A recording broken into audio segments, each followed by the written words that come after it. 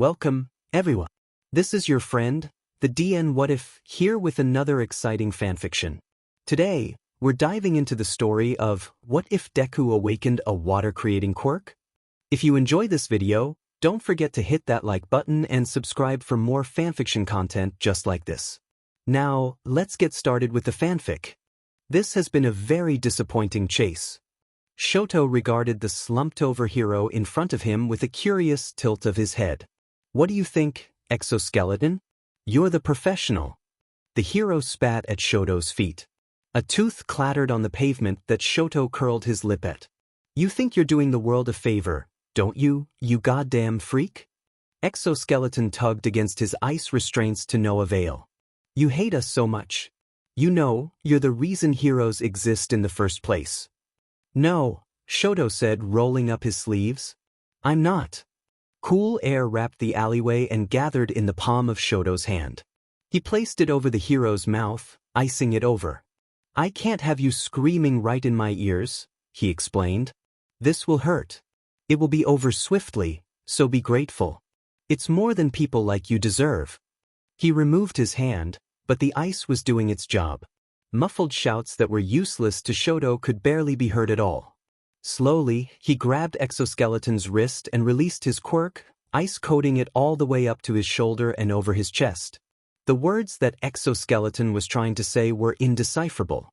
Shoto raised his foot, holding the frosted hand of the hero before bringing his heel down on his elbow and smashing the ice open, effectively snapping Exoskeleton's arm. Shoto averted his gaze as he let go, allowing it to hang limply at his side while more strangled pleas and flailing ensued. Sympathy made everything harder. One last thing, he murmured. Tears ran down Exoskeleton's face as he shook his head wildly, trying to get as far away from Shoto as he could whilst one of his arms was still held down. Shoto made a thick blade with his quirk, breaking it off of the ground and holding it up to the sky. He examined it, turning it over in his grip. The moon's white face morphed and shifted when he looked through it. It was sharp enough. Shoto looked down at the hero before plunging the shard into his neck. He ignored the blood that splattered his face and leaked onto his hands. Shoto dug it in further and dragged it in a messy line, tearing the hero's throat open. Finally, the struggling ceased and Shoto knew he was finished. He loosened his grasp and let the body collapse inward. If he listened closely and cruelly, he could hear ice cracking underneath the weight. Shoto sighed quietly, creating water with his quirk and rinsing his hands as best he could. They were drenched scarlet, courtesy of the BSRD that lay dead at his feet. When he did all he was able to, he wiped them on his shirt and frowned at the blood that still crusted his knuckles and dirt encased under his nails. There was nothing filthier in the world than killing. It wasn't until Shoto was finished melting all of the remaining chunks of ice on the scene that a whistle broke through the eerie silence. Well, Timen. His body reacted before his mind. Another blade of ice was in his hand and pressed against skin that wasn't his own. When he met the new figure's eyes, he pressed it in deeper. Who the hell are you? Shoto scowled, watching the man in front of him lazily hold his hands up in surrender. Doesn't matter, he replied. His voice was slurred, yet he was very aware of his surroundings. His eyes were too keen and glaring, however sluggish his body was. Normally, Shoto would have killed whoever he found to bear witness. Though normally he never would have gotten caught. What do you want? He asked cautiously, glancing at the corpse that was still laid between them. Shoto would like to keep his anonymity by whatever means necessary, but he wasn't sure if this man was guilty of anything punishable. The man chuckled muselessly and pushed his hair back, ignoring the ice that was against his neck. Name's Jiren. I've got an offer for you and you'd better hear me out, 'cause catching you was like trying to catch a shadow. I ain't getting paid enough, especially not for someone as slick as yourself. Not being found was rather the point, but Shoto didn't hone in on that part. You're being paid to find me, he echoed, dropping his weapon and melting it to water that dripped through his fingers. Barely, Jiren said with a quirk in his lip. I'm asking for double after this little excursion. But anyway, listen to me, I'll be snappy. He nudged the hero's shoulder with the toe of his shoe, huffing. There's a group forming, a powerful one. You'll want in. Shoto almost raised a brow. Gangs and associations were a fool's last resort, made for the sake of weakness. Only cowards and pushovers needed those. Even if that wasn't the case, Shoto would only be slowed down. He had his own agenda, one that would not be shared by people as selfish as that. I decline. Jiren pulled a pack of cigarettes out of his back pocket. He held one between his fingers and tapped it at Shoto. Be a friend, will ya? Shoto bristled. Not only was Jiren's smile conceited, it was knowing. He knew. He knew it all. He knew about Shoto's quirk somehow, the way that ice wasn't the only power he wielded. Shoto snatched the cigarette and gripped it tight, igniting his left and charring it to ashes. When he opened his palm, black dust drifted to the ground. Jiren let out a TSK, leaving the subject alone and moving on to the real reason he was here. Ever heard the name League of Villains lately? League of Villains? Such a witless name, Shoto found it completely inane. Of course, he'd heard of them.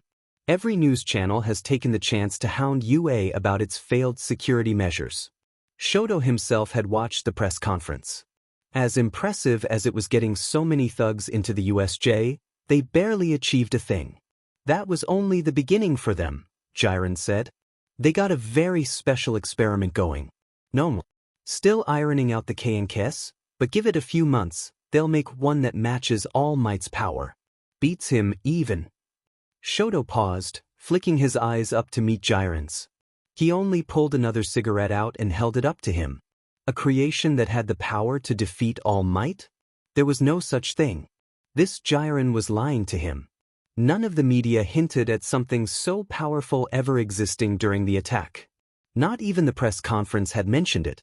Trusting the news to give him nothing but the truth was idiotic, he knew, but there was no reason to doubt. Why would they lie? If something existed that had the potential to put All Might down, every outlet would be vying for the chance to sink their talons into that story. The Hero Commission itself would want the people to know. For their safety, would they not? No, they wouldn't, Shoto surmised. All Might was their pillar, their symbol of peace. The moment something came along that even got close to challenging that would never see the light of day. You want to know what people like you are? Jiren asked instead to fill Shoto's silence, twirling his cigarette. You're the scum of the earth, sheet underneath a hero's heel, and destined to rot in Tartarus. Maybe hell if you're lucky. People like you don't have rights, and you know it, so why not shake things up a little? He laughed, a rasping sound that held so much amusement in a single thought. Give society something to really fear. Shoto shook his head. You're right, but I don't do this so that I'm feared, or even respected. I already know I'm going to fail so many people, but I also know that I'll be saving a few from heroes like Exoskeleton. Perhaps for his own conciliation, he added, I'm not a villain. Jiren watched him with a grin plastered on his face. You got ball, kid, I'll give you that. But the world doesn't bend to the will of one. You'll need a voice and the people to back it up. The League is that voice. Use it. The man was right, Shoto understood. He could get rid of as many exoskeletons as he needed, but that wouldn't stop more from taking his place in the future. The system itself was what remained corrupt, and what corrupted the machines that worked for it.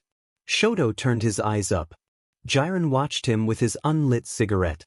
He resigned himself, raising his hand and lighting up the edges of his fingers. He pinched the tip, starting it for him. I'll think about it, Shoto muttered. I need an answer by Sunday. I'll give you my answer when I have it. Jiren shrugged, taking a drag with a satisfied sigh. I'll be at the bar on the corner of 3 to 19 in Kamino, Sunday night. Be there, or don't be, I couldn't give less of a sheet. I'm getting paid just to tell you about it. Shoto felt his lip curl as smoke blew into his face. His nose burned, eyes watered, and for a moment he saw a giant shadow looming in the corner of his vision. When he looked briefly over, nothing was there. He cursed at himself, looking back at Jiren. If you say anything to anyone about what you saw tonight. Another laugh. Jiren waved through the fumes in the air, stalking past Shoto and out into the open street. Shoto watched him bump into a passerby and felt his heart catch in his ribcage. With a light brush on the woman's temple, Jiren turned the corner and never looked back. The woman turned all around, startled, and stared directly at Shoto. Her gaze was glassy and muddled, and he stiffened, halting his movements. A body that was still bleeding out was right next to him, perhaps hidden poorly by the shrubbery, but not hidden enough. She stared through him, eventually turning away on her own and leaving him be. His breath released all at once, and he raked his hands over his hair as he stepped over the deceased. If Shoto had to presume, he would say that Jiren's quirk involved erasure of some sort. Whether it be memories, certain objects in one's line of sight, or something other, it served a useful purpose. Jiren had bought him time to get out of there. Shoto took it without hesitation, scaling the wall and leaping over the guardrail. He happened to catch a glimpse of heroes approaching the soon-to-be scene, unaware and unexpecting. Shoto didn't typically relish hanging around his own crime, but this time, he walked slower atop the roof just to hear the shrieks of horror and shouting to call an ambulance. It was far from a symphony to his ears. In truth, he hated it. The only thing he gained was a buzz in his head that pumped his adrenaline. A beautiful night it was, with the wind blowing through him and pushing him forward. His limbs were sticky and red and he wanted to rip the skin off of his body, but he felt good. There was a sliver of unease worming through his chest as he gained ground away from the hive of first responders. It didn't bother him. People had short memories. They would forget about this hero the same way they forgot about Shoto. The days passed slowly, with the sun mocking him as it rose and the moon leaving too soon. His nights were sleepless anyway, and the daytime was lonely. Shoto always ended up in the places where the light casted the darkest shadows. The public had calmed down from Exoskeleton's murder, so Shoto freed himself to start walking around town once more. He had begun to run low on supplies, so he deemed it time to get more. For money, he resorted to larceny in favor of mugging. Being a pickpocket meant far fewer people saw his face than necessary. When Shoto stumbled upon a convenience store, he went inside and surveyed the area. Only a few customers were milling around, so he wasted no time getting what he needed and stepping up to the counter. Behind the cashier was a low-quality television that Shoto watched as his items were rung up, intrigue getting the better of him. Two students who must have been his age were fighting in an arena, showing off what they had learned so far in their training. The UA Sports Festival. For the first time in quite a while, the first years were in the spotlight rather than the third years. The rumor was they were a powerful bunch, and they must be if they had fought off so many villains, low-grade or otherwise.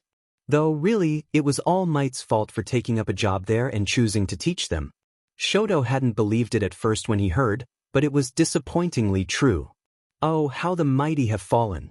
Shoto was being bitter, he knew.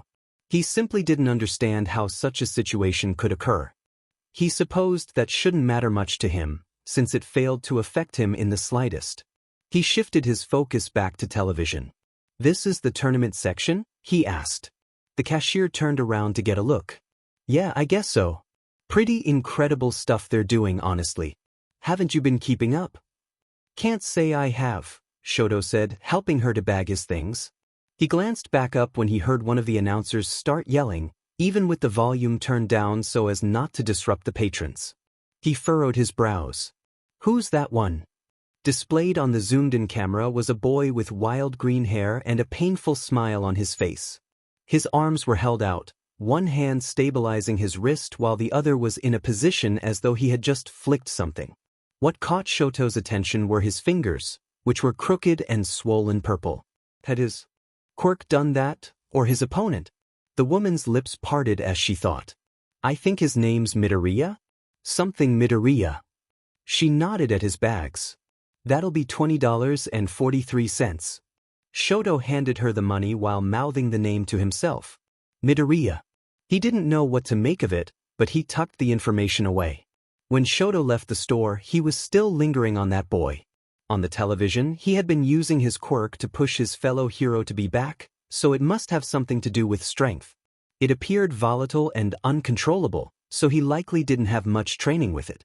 Even so, how could he have gone so long as a nobody with a power like that? It didn't make sense to Shoto's swirling mind. Nothing made sense recently. Jiren's offer, All Might becoming a DMN teacher, the sports festival. All of it went wrong somewhere. He must have gone wrong somewhere because of course it was his fault. It was always Shoto's fault, by fair means or foul. On your feet, boy. You need to get stronger in order to surpass all might. Shut up, Shoto hissed under his breath, narrowing his eyes and glaring at the pavement. He could feel the stares and jeers. Parents pointed him out to their children as examples of what never to become and crossed the street just to avoid him. He didn't blame them. He would do the same if he saw himself on the sidewalk. Shoto was too stuck inside his mind to notice the man who rocked his shoulder. When it happened, Shoto looked up. Sorry. Whoever it was that bumped into him had his hood up with a zipper that went over his nose, but Shoto couldn't even see his eyes because of the sunglasses. He didn't say a word in response, so Shoto pulled his own hood up and walked away. Somehow, he sensed the strangers still observing him, even as he slipped into the growing crowd. Creeps were always trying to make moves on him. Shoto had learned to avoid them, and if he couldn't do that, he learned how to get away. He used to just let it happen. Fear had a tendency to trap him in place, rendering him unable to think or move or breathe. Not anymore. If there was enough of it, fear also happened to be the greatest motivator. Granted, it was hardly fear that made him notice the stench of fresh blood or hear the rustling of struggle, and it certainly wasn't fear that made him run over to help. What happened? Shoto asked, dropping his bags and kicking them aside for getting in his way. The wounds were deep and clean, made exclusively by a blade of some sort. They punctured even this hero's steel armor, cutting up his torso and midriff. His legs were positioned at an unusual angle, and when Shoto even grazed one, the hero gagged in pain. Stain! He ground out through a tightened jaw. Shoto's working hands paused. Through cold eyes, he peered down at the hero. Stain did this? The hero ingenium. The engines on his arms confirmed it, nodded weakly. That would complicate things. Shoto wasn't a fan of Stain, but he did follow his ideology closely. He found the hero killer to play favorites too often, creating reasons for why he went after certain heroes. Shoto didn't care about someone going into their career for wealth or fame, yet Stain did. They were thorns in everyone's side, naturally, but they were harmless. Stain should put his merciless skills to better use than going after plastic trophies like them. Shoto had a hunch that ingenium was another misstep. He didn't agree with this. I'm going to help you, Shoto told him, and it will hurt. Bite down on this. He tore his sleeve open and folded it, placing it in ingenium's mouth. It really will hurt. He didn't wait for ingenium to brace himself. Time was too precious to waste on courtesies. As a hero, he would understand. Shoto frowned at the complete lack of movement in his legs while he cauterized the wounds. Ingenium could feel it, but his limbs weren't reacting to it. Should he survive, Shoto wouldn't be shocked if he spent the rest of his life crippled. Flames crawled over Shoto's hand like maggots as he seared the wounds shut, disregarding the jarks of agony and choked shouts of the hero under his care. Once the blood flow began to ebb, he dampened his fire and removed the cloth, allowing ingenium to breathe freely. He drank in oxygen while his head fell back onto the pavement in exhaustion. Shoto's hands were no longer soaked in orange, but red, and he couldn't restrain the disgust that curved his mouth into a scowl. Ingenium parted his lips, but Shoto silenced him with a shake of his head. From the pavement, Shoto picked up a shattered phone. He called the police, unsure of what number would provide him with ingenium's hero agency. He explained the situation and where they were, but that was all. The operator instructed him to stay on the line and that help was on the way, but Shoto hung up the phone and tossed it back onto the ground. It was already broken. Heroes are coming to get you, Shoto said, picking his groceries up and shifting them onto one arm. Walking around town with bloody hands would look incredibly suspicious, so the rooftops would be his new sidewalk for the day. Ingenium was appearing to tire. His eyes were half closed. Name? Shoto said nothing, but a small pang in his chest at the pathetic sight of the fallen hero didn't let him stay that way. Thank you for your service, he said quietly. That was all he would give him before securing his bags and climbing up the wall of the alley. He was lucky. The echo of a siren was approaching as Shoto left, and he didn't wait around for them to find him. His brain wouldn't leave him alone as he wandered and noticed the stars beginning to blink back into existence. Stain had ruined a perfectly good hero, all because of the audacity to be overconfident.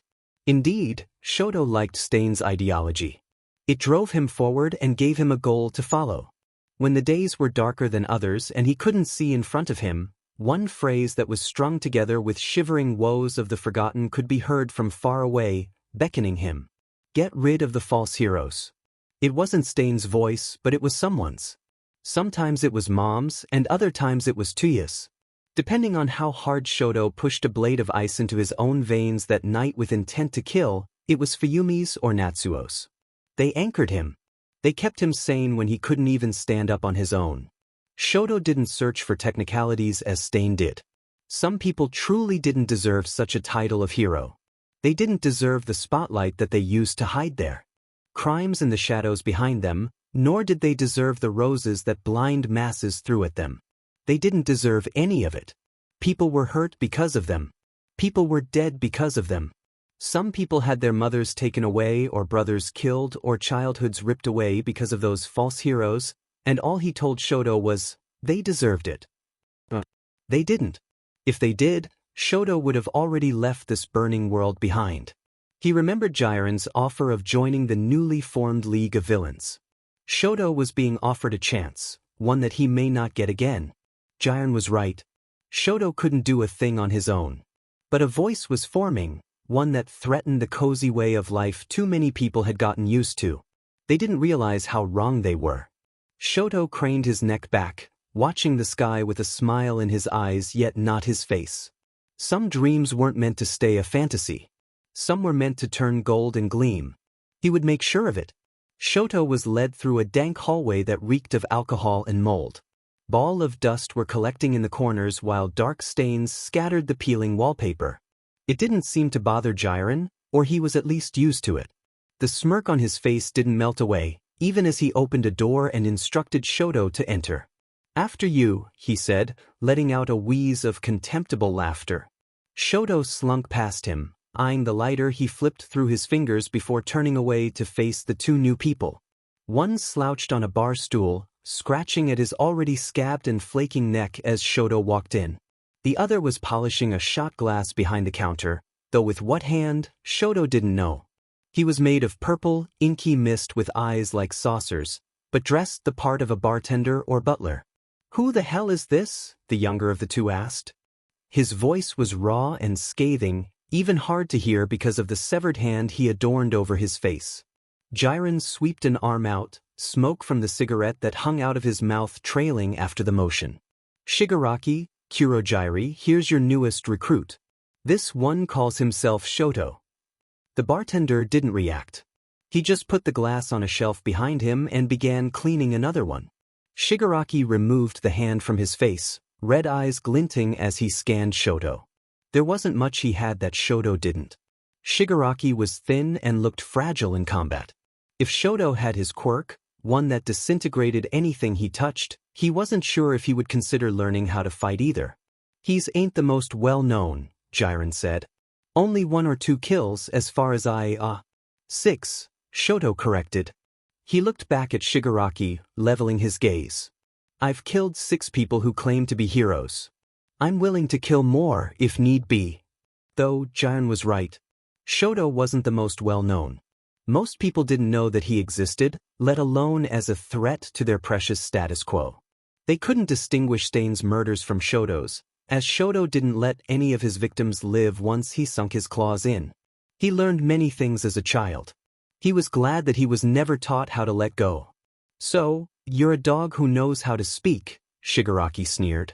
Kurojiri put another glass down, harder this time. Tamura. We need recruits, so please refrain from insulting him. While Shoto appreciated that, he wasn't sure how to feel about the leader of the League of Villains being scolded for his manners. He would have preferred Kurojiri stayed quiet. It didn't matter. If Shigaraki was attempting to get any sort of rise out of Shoto, he would fail. No one on the run and with a temper lived long enough to show it off. Had Shoto allowed himself to be sensitive and vulnerable, with a soft heart like paper that could be ripped into with ease, he wouldn't have survived to stand on the same ground that scumbag heroes walked on. Sensitivity. He hadn't gotten rid of that fast enough.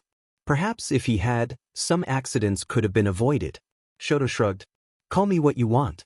I'm here because there are demons masquerading as saints in this country. I intend to hunt them down, one by one if I have to, and I hear that's what this League of Villains is about. You would be correct, Kurogyari nodded. Do you have a verdict, Tamura? Shigaraki inclined his head, putting the hand back over his face and pulling at the skin on his neck. Give Jiren his pay. He found a good one. Once Kurogyari forfeited the money, Jiren counted each bill one by one, as was the life of an informant. Being picky was required for the job. We'll let you know when you're needed, Shigaraki said. Until then, get out. Shoto didn't argue, closing the door as he left and pretending that Jiren wasn't right over his shoulder the entire time. He should have guessed that Jiren didn't know how to keep his mouth shut around company for longer than a few minutes. He was a man of few words only when business was involved. I'd say you had a good interview, he said, walking with his hands in his pockets. You're the League's new hound. Shoto didn't break his stride. As long as my goals are accomplished along with theirs, they can insult me as much as they wish. I don't care. Jiren's grin bubbled up and he couldn't keep his snickering to himself. Oh, you were just waiting for someone to give you orders, weren't you? You knew all along you couldn't do a thing by yourself. His chuckle was mirthless as he clicked his lighter under his fresh cigarette. With a sidelong glance at Shoto and an amused shake of his head, he muttered, You really are a effing dog, Todoroki. Shoto closed his eyes, cracking his knuckles with one hand and cutting his palm with needles of ice in the other. He rubbed the wounds with his thumb, pushing against them until the pain grew uncomfortable. Among the millions of things he would like to say and do to Jiren, things that would make what happened to Exoskeleton look kind, there was only one question important enough to utter. How do you know that name? I know a guy. Bought the info off of him and sold away my loudmouth. Jiren dropped the cigarette, crushing it under his heel. Money makes this goddamn world go round. As if it were an afterthought, he huffed and crossed his arms over his stomach. Don't bother trying to find him. Even if you do, you won't kill him. You can't. The finality in Jiren's voice made Shoto's nose twitch. He meant what he said. Shoto didn't even know where he would start searching. Jiren was at the end of the hallway, opening the exit to the building and stepping outside. He threw his arm up with a dismissive wave. I bet you'll meet him soon, so quit looking so angry. Go wait for your next orders like a good little pet. Shoto opened his mouth, but Jiren slammed the door closed before he could get his say in. Businessmen. According to them, time was money that couldn't be wasted. Only certain people could buy it and Shoto was not one of them. He let go of the tension in his hands and neck, only for Jiren's mysterious contact to drift through his mind. Was it possible that Jiren had done enough digging and found out what came of the youngest Todoroki child? What had he done after with that knowledge? More importantly, who the hell was his contact? So few people knew anything about Shoto's family, let alone the secrets they so carefully locked away and safeguarded. Shoto's breath caught in his throat. Surely not. If Jiren had told him or any of his wealthy connections about what he knew, would they pay him to keep his mouth shut? Shoto didn't think it was likely. They were BSers and they were ruthless. They wouldn't allow a villain to know such damning information about the number 2 hero or his family and walk away unscathed. Besides, if Jiren knew about Shoto, he must know about. He couldn't. He didn't. Secrets never left that house. They flashed and sputtered, blinking themselves out of existence the moment people stopped questioning them. Every single time it's happened, there was only one result: apathy. That was only if people noticed anything at all and had the courage to talk about it. Shoto curled his fist and banged it against the wall. Fing Jiren. If he was lying about Shoto meeting the informant soon, no amount of consequences for touching the League's broker would prevent him from running Jiren down and cutting out his tongue. The bar door creaked open and Shoto barely looked over his shoulder. Kurogyari approached him and bowed. My sincerest apologies, Shoto. When he raised his head again, Shoto didn't say anything. Something about Kurogyari rattled the bones in his spine and made him wary. He didn't feel he was staring at a real person, but someone attempting to be one. To blend in and act the part, he was succeeding if one's eye didn't linger on him. Am I needed already? Shoto asked. He didn't look forward to going to any jobs as the night was nearing its peak. It would be a late start for him. Kurogyari shook his head, resuming his strict posture. I've simply come to thank you for your patience. As I'm sure you're aware, hospitality is no one's specialty around here. Even his voice began to unsettle Shoto the more he listened to it. It sounded altered in a way. Reverberated. He frowned, lightly scratching the edge of his scar. You seem to be the exception. Well, someone must keep the peace.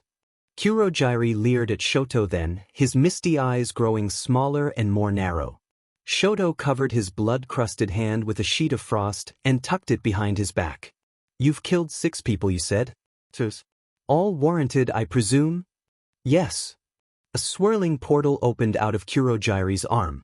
Specks of light like the powder of crushed diamond dotted the vortex and fell through Shoto's grasp when he touched it. Kurogyari jerked his head towards it and Shoto stepped through. He felt his stomach twist painfully the moment he began stumbling through the darkness, but it was over before it barely began. Shoto faltered as he dropped onto the roof of a tower, taking a few seconds to orient himself properly and steady his whirring skull. When Kurogyari asked if he was all right, Shoto lied. Where are we? He asked through the pounding ache. How he despised teleportation quirks, a newfound hatred.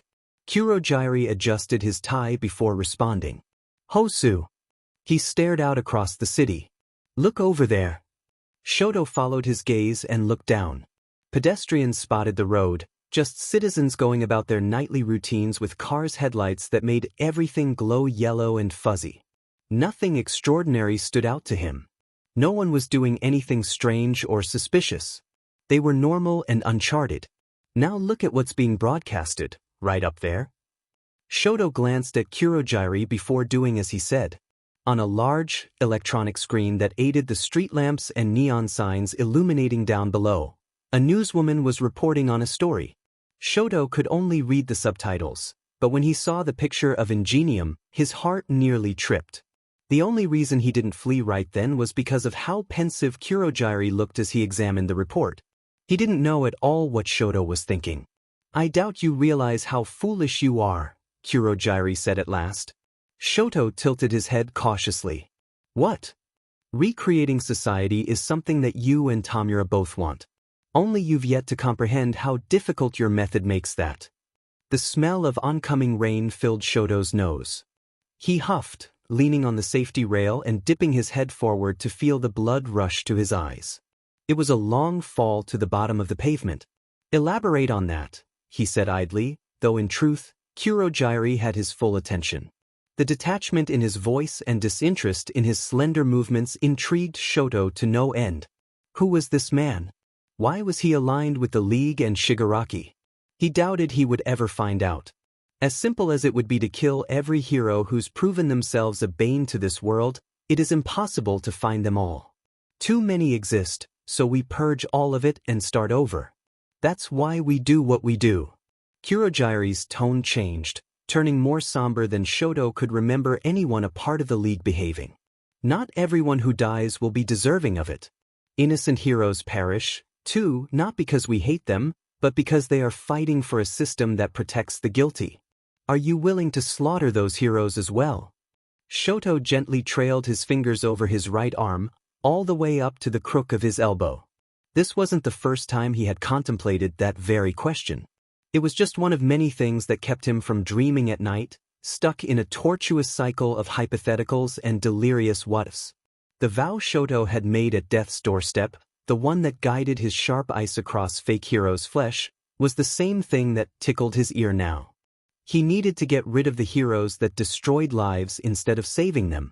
But the ones who did save lives, was their blindness a crime? Did they not see it happening, or did they choose not to? There was no way of knowing. Shoto figured. That didn't make it right to cut down the heroes who stood in his way. I'm not sure, he said. That goes against my morals. Kurogyari didn't react. He shifted to face Shoto. You'll find very soon that morals pale in comparison to the cause. You think that the ends justify the means. I disagree. It seems there's nothing I can say to convince you otherwise. Kurojairi opened another portal and waited for Shoto. Actions will always speak louder than words. You'll see it for yourself. He didn't like Kurojairi's cryptic message. The League must be planning something oncoming if such words were necessary for Shoto to hear. The premise almost excited him, even with the thought of taking away innocent people from their front lines and loved ones looming ominously in the back of his mind. Eagerness to cross that bridge when he arrived at it didn't envelope him, but that seemed to be the only option he had. He needed the League to accomplish his mission. Sacrifices would need to be made, as all drastic measures demanded. It was all a matter of what Shoto was willing to give up. He didn't even know what else he had to lose. Kurojairi reminded him that there was always something. Standing in the same room as the hero killer, Shoto was close to overwhelmed. His presence alone had the means to throw someone off balance. The intensity that emitted from his glare and the glint of his swords unnerved Shoto. At any moment, Stain could grab the hilts of those blades and slice him open. He was a man that had transformed into his ideology, no longer a mere follower of it. Shoto stood by the door, watching from a distance the conversation that Shigaraki and Kurojairi were having with the villain. This was the one who brutalized Ingenium to paralysis and left him for dead, all because of his cockiness, if it could even be called that. Every pro-hero in Japan wanted Stain 6 feet underground or behind bars. It shouldn't have been a shock that some would strike out on their own. The thirst for revenge was an addiction that Stain's name alone triggered in people. That didn't make them frauds. Stain appeared unfamiliar with the human psyche and the lengths people will go to for vengeance. Shoto hoped that it would be his downfall one day. "What do you say?" Shigaraki asked, holding his hands out in a welcoming manner. He still held an aura of childishness that Shoto found unbefitting whilst adding to his disturbing appeal. "Want to join the League?" Stain slid one of his swords from his sheath and Shoto called for ice to gather at his foot to coat the ground, ready to spring forward if need be. He looked for instruction from either Kurojairi or Shigaraki, but none came. "What are your convictions, Tamura Shigaraki?" Stain challenged, brandishing the steel but not making any move to attack. Shoto turned his observation to Shigaraki at the notion. He was curious as well, as any past intrigue had been met with haughty silence. Shigaraki eyed the sword, his full expression hidden behind the severed hand gripped to his face. "Anyone I don't like," Shigaraki said, "I want dead." Shoto twitched his nose. What? That was the mission he was helping Shigaraki achieve? That was the reason he would be risking his life? A personal war? Perhaps his anger was more palpable than he first thought. Stain didn't appreciate that answer, either, so when his movements exploded in flurries of red and black and silver, Shoto kept his quirk at bay.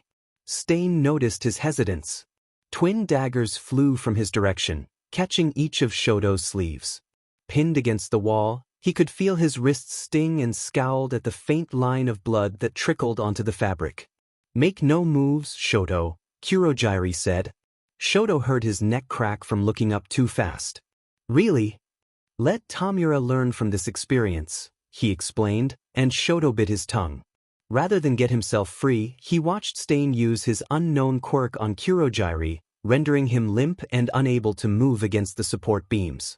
Shigaraki was kicked into a table, chairs breaking away under his weight. Shoto should do something. It would be moronic not to, especially if Shigaraki lived to punish his treachery. Yet somehow, Shoto wasn't the only one who wanted to see how this played out. Don't intervene. For now, he would spectate. A test, of sorts, to see just how strong his leader's convictions were. If Shigaraki wanted anyone he doesn't like dead, then he would kill Stain. Or rather, he would prove to his allies that he could. "So," Stain drawled, pulling his sword up to Shigaraki's covered face. "Children are the best soldiers the League can gather." How pathetic. Shoto wasn't affronted by the disparaging words of the hero killer. They only mimicked what he had been told his entire life. He was already numb to such slights and could remember hearing worse from worse people, much worse people than Stain could ever dream of being. In the end, he said nothing to defend himself. Stain was partially right. He had yet to see any grown villains who rose to the elite level that was required to achieve such a tremendous vision. Shigaraki was still on the ground, beneath the mercy of Stain's sword. Shoto ripped his sleeves free of the daggers, grabbing them from their places in the wall and slipping them under his belt. The League will always be an aimless gang of leeches without conviction, Stain said. Especially with you as their leader. Without warning, Shigaraki snatched the metal with the bare skin of his palm and turned it to dust. He stood, amending his usual slouch to match Stain, and took the adornment off of his face. His eyes were blazing with fury that Shoto had never seen from him. Only devils could mock one another to such lengths. If the world wants to worship the mud that All Might trudges through, I'll crush All Might and then the world. He churned the ashes of Stain's weapon under his heel. And this is how it'll begin. You have twisted ambitions, Tamura Shigaraki. They'll flourish eventually, Stain said, taking steps back. He walked to the bar that Kurogyari was recovering at. Take me back to Hosu. I haven't finished the purge of that city. Kurogyari lent an arm out, warping it into a much larger portal that Stain went through without a second thought. Shoto waited for Kurogyari to make any comments about what he helped make transpire with the hero killer. When they both didn't offer anything, Shoto turned to Shigaraki. What's your plan now? Quiet, Shigaraki barked, though he wasn't in reality at the moment. It was picking his neck and tapping his fingers on the wooden bar, the sound growing progressively louder as each minute of stillness ticked by. Shoto arched a brow at Kurogyari. Who was truly in charge between the two of them? Which one was responsible for the trail of destruction that led up to this point? He wondered if it held any importance. Did it have any significance to know who orchestrated the attack? Or rather, the fact that it happened? The drumming stopped and Shoto looked up. Kurogyari, bring us to Hosu, Shigaraki mumbled, removing his nails from his neck and taking no notice of the torn injuries and drying blood. Kurogyari obliged. Shoto shifted, moving towards the door. He'd rather not go through any portal gates if he didn't have to. You too, Mutt. Shoto sighed, rubbing the bridge of his nose. He begrudgingly followed Shigaraki and Kurogyari through the portal and choked back his GG when his stomach dropped once again. They were greeted with frigid air that nipped at Shoto's hair and face. It didn't bother him, though he would have liked a warning before he was dragged to the site of any missions. He justified it as something he would have to get used to. Shoto ignored Kurogyari and Shigaraki's bickering over Stain's purpose to their cause, favoring the flashy view of the city. If he stared too long, he was blinded by an unexpected flare of a sign or headlight. Populated cities were never his favorite places to be, but they provided excellent cover. Those with physical variations flocked to these places, not because they were particularly welcoming, but because no one cared enough to treat anyone differently. No one batted an eye at Shoto when he walked down the street with his strange appearance, as if he had been mismatched and put back together again. He wasn't exactly the most symmetrical person. Bring 3 Nomu over here. Let them rampage. I want Stain's guts to wash the walls. Shoto paused, considering carefully what he had heard Shigaraki demand. Nomu, the thing that went against All Might for longer than a few minutes. And 3 of them would be attacking the city. Is that smart? He asked. Why waste 3 when you can send 1 after Stain directly? Shigaraki rolled his eyes, going to stand beside Shoto. I don't recall asking for your opinion. If you care so much, run down Stain yourself. A smile broke through his irritated snarl. Enjoy the chaos while it lasts. A shrill laugh came out of Shigaraki when he turned around. Shoto did the same, only he blanched when faced with the summoned creatures. Disconfigured and mutilated monsters stood behind Kurogyari, grunting with every movement. Brain matter leaked from their heads and dripped onto the ground. One of them had thin, stretching wings with no feathers. Bones poked and popped in place as it moved them. All of them had jaws that hung uselessly, and one of them had 4 eyes on its head. They were placed unevenly, and Shoto could only conclude that they had been surgically put there at random. They were all atrocious beasts that even Shoto would like to see rot. At Shigaraki's command, they leaped off the tower and into the city. The destruction was near instant. Buildings were caving in and fires were being started as easy as a flick of the wrist. When Shoto tried to find Shigaraki and Kurogyari, they were gone. He collected his frayed senses as best he could, closing his eyes and holding his breath. This was necessary, Kurogiri said. This was what he told him would happen, and now it was happening and Shoto wasn't ready. But he had an order to follow. He wouldn't be getting involved. Everything was out of his hands, so he couldn't do anything if he wanted to. Heroes would be arriving shortly. He needed to find Stain and make sure he was dead by morning. Shoto put his hand over his scar and hair, releasing cold frost until half of his face was glistening with ice. Once finished disguising himself, he jumped over roofs and used his quirk to propel himself forward. Stain was fast, but he couldn't have gotten very far. Roars and screams of terror echoed around every corner. He saw an arm laying against debris. No body. Just an arm. A child shrieked for their mother in a way that sent familiar smites through his head. Shoto forced himself to tune it all out. Heroes would be arriving to help the victims. They would be fine. They would all be fine. It didn't take very long to find Stain. He was fighting children, which didn't entirely shock Shoto.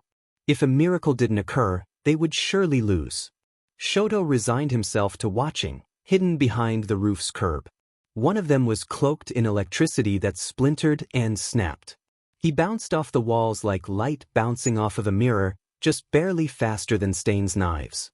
The other was on the ground, no doubt a victim of Stain's quirk. It would wear off, but Shoto wondered if they knew that. Something about the two of them bit at Shoto's memory. It wasn't until the wounded one turned his head and made it clearer to Shoto. The armor was nearly identical to Ingenium's. The Ida brothers, coming from a long line of heroes that didn't end with either of them, until it almost ended with both of them. The chances of both coming into contact with Stain were astoundingly low, so Shoto could only surmise that this one had hunted him with no idea what he was facing. And the other, Shoto hummed at. Where had he seen that face before? The strategies were different from the boy on the television, who fought with raw power that came from such a small outlet. This boy was more agile and hard to catch, no longer slack and reliant on ruining his body. They were the same person, Midoriya. Izuku Midoriya, he could now recall clearly, from the sludge villain attack. How abnormal that was. Despite the drastic power dynamic, both UA students held their own well. It wasn't until Midoriya slipped up and allowed for Stain to get close enough to cut him, even a graze, and consume his blood. It was impressive while it lasted, but all of them knew how it was going to end. Shoto stood, creeping silently into the alleyway and dropping to a crouch when he landed to cover himself in shadows, should Stain notice him. Then there was the body. It was still alive. Shoto could see the rise and fall of a chest, but it didn't seem to be conscious. He squinted, taking a closer look, but he didn't recognize this hero. Another nobody that Stain had chosen. How pathetic. Stain had his sword up to Ida's head. Midoriya was too busy trying to move his limbs to see Shoto come up. From behind, he grabbed one of the daggers in his belt, gripping the worn hilt. With one swift motion, he threw, and the blade found its home in the base of Stain's back. The hero killer howled and spun, but the surprise lasted long enough for Shoto to take advantage of it and bury the second dagger into Stain's chest. For good measure, he twisted the weapon and leaped backward with it, though he couldn't avoid the slice from Stain's inhuman resilience that lacerated his arm. Shoto ground his teeth, touching the wound with a grimace. He looked back at Stain, who was swaying on his feet and wishing that hell would rain down upon Shoto. With a glare as fixed and deadly as Stain's, Shoto would believe it could happen. "Apologies, Stain," he said. "You've run your course. We'll take care of the rest." Shoto. His name sounded like a damnation coming from Stain's mouth. He charged with a cry of rage. Shoto commended his effort, but his body was not invincible. It was only trained to think so. When he closed in on Shoto, Shoto covered his forearm in ice and held it up to block the sword coming down on him. There was no point in waiting, so Shoto took his chance to sneak the knife underneath their clashed stalemate and stab Stain's stomach. Stain didn't move. Shoto ripped it free and took a step back, allowing his foe's arm to drop to his side. The sword slipped from his bloody hand and hit the ground, though Stain didn't follow. He stayed on his feet, miraculously. Such was the beast of Japan. "You," Stain spat, thick blood spilling from his mouth and rolling down his chin. "Thank you for your service, hero killer." He brought his elbow down on the side of Stain's neck, knocking him to the ground because his body refused to fall. Shoto knelt to examine the murderer with life fading quickly from him. Stain's eyes would never be unseeing and pale. Even in death, he remained focused and precise, yielding to no one. Shoto grabbed one of his scarves and wiped the blood off of the dagger. "Who are you?" He stood up, putting the weapon back in his belt. Izuku Midoriya's paralysis had washed off and he hobbled to his feet, helping Ida do the same. "Are you with the League?" Without answering them, Shoto yanked the second knife out of Stain's back and tossed it at the unconscious hero. It clinked on the ground, dripping red. "What's his name?" Shoto asked, lightly brushing his wound until icy needles prickled his skin. Midoriya put his foot forward. Faint sparks of lightning sputtered dangerously, but with Ida still being held up by him, Shoto predicted that he couldn't do much. "Don't you dare!" Shoto scoffed. "If I wanted to, he would already be dead. Now tell me what his name is." There wasn't a fleck of trust in either face. Both of them were calculating, sizing Shoto up as an opponent. There was a fine line between courage and stupidity, and these two were beginning to broach it. Should they decide to fight, it would not go well. It was Ida who finally spoke up. "Native. His name is Native." Shoto nodded his thanks. "Native defended you too against Stain, killing him in rational self-defense after you both bit off more than you could chew." He shrugged. "A good hero knows humility and you two need to learn to wear it. That's all that happened here, understand?" Perhaps Shigaraki wouldn't be pleased that he didn't allow the League to take the glory of killing Stain. Shigaraki, though, lacked forethought. Just because they didn't like Stain didn't mean that other villains didn't. In fact, Stain was a popular figure to them.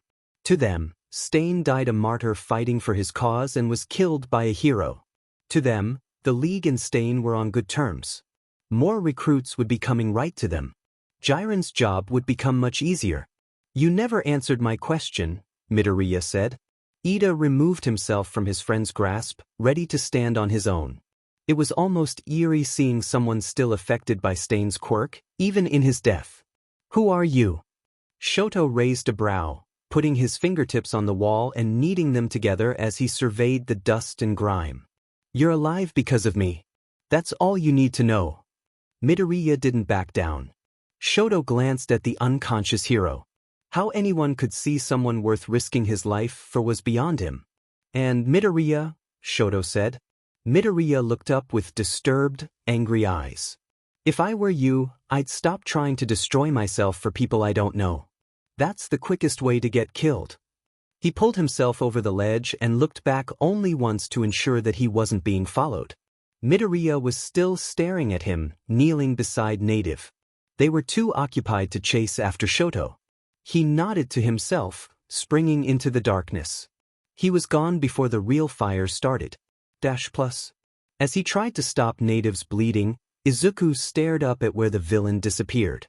His limbs were too heavy to follow him, both from blood loss and fatigue, though shock seemed to be the biggest factor of them all. Labored gasps of breath scratched his throat and dried the top of his mouth.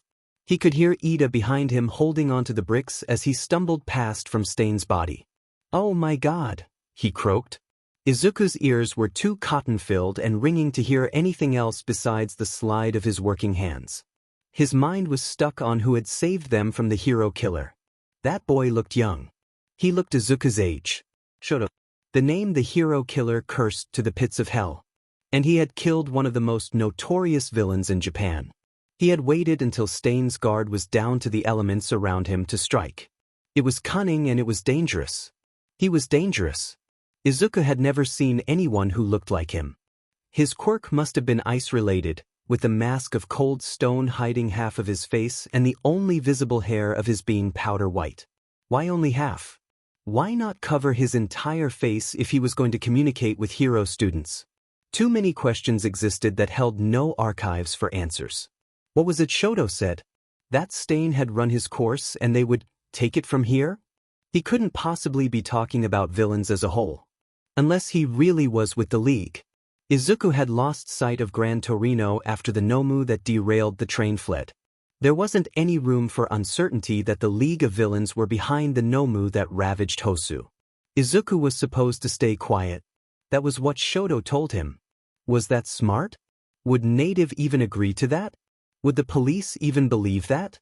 The head pounded as blood trickled down his clothes and face. He continued clogging the wounds the pro-hero had sustained before their appearance, and Ida began to help after getting over his shock. Behind them, the city of Hosu blazed. The fires were spreading like weeds while Shoto assessed all of the damages that Shigaraki's monstrosities were creating. No matter where he looked, he couldn't escape sightings of civilians fleeing from their cars and children crying at the feet of destruction. With the strength of behemoths, a Nomu lifted a news van with one hand and slammed it into an apartment building before stretching its wings and screeching murder. It bounded through the sky like a tarnished angel, dive-bombing the streets and denting the cement with just a lash of its tail. Shoto's arms still throbbed where Stain had pierced him in his final act of justice. It ran deeper than he first thought, specks of dirt and pebbles lodged in his ripped flesh, but now was no time to treat it properly. Icing it was the only thing he could do. He sprinted over buildings, trying not to fumble his weight and crash. With every step, his legs dragged and begged him to stop. There was no warning for Shoto when a warp gate opened in front of him. He couldn't pause quick enough to keep himself from tumbling through, only able to brace himself.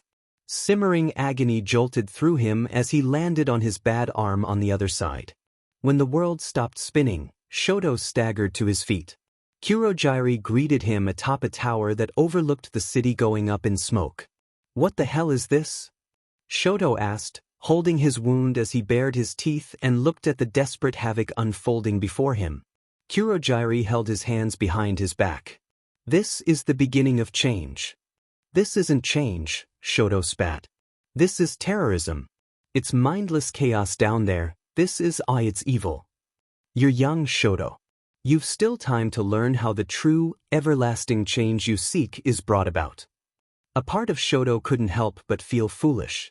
Kurogyri didn't need to keep telling him the same thing over and over and over again.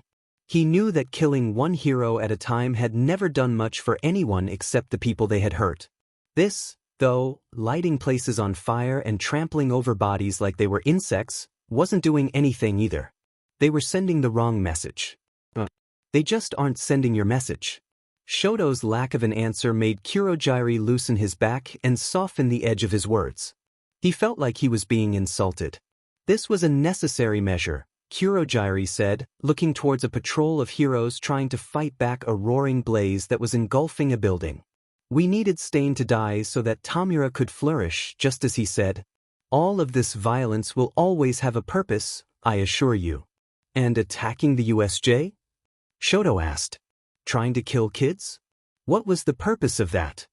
Kurogyri exhaled and Shoto could see flakes of purple smoke dissolve in the air. "In the end, all of it leads back to All Might.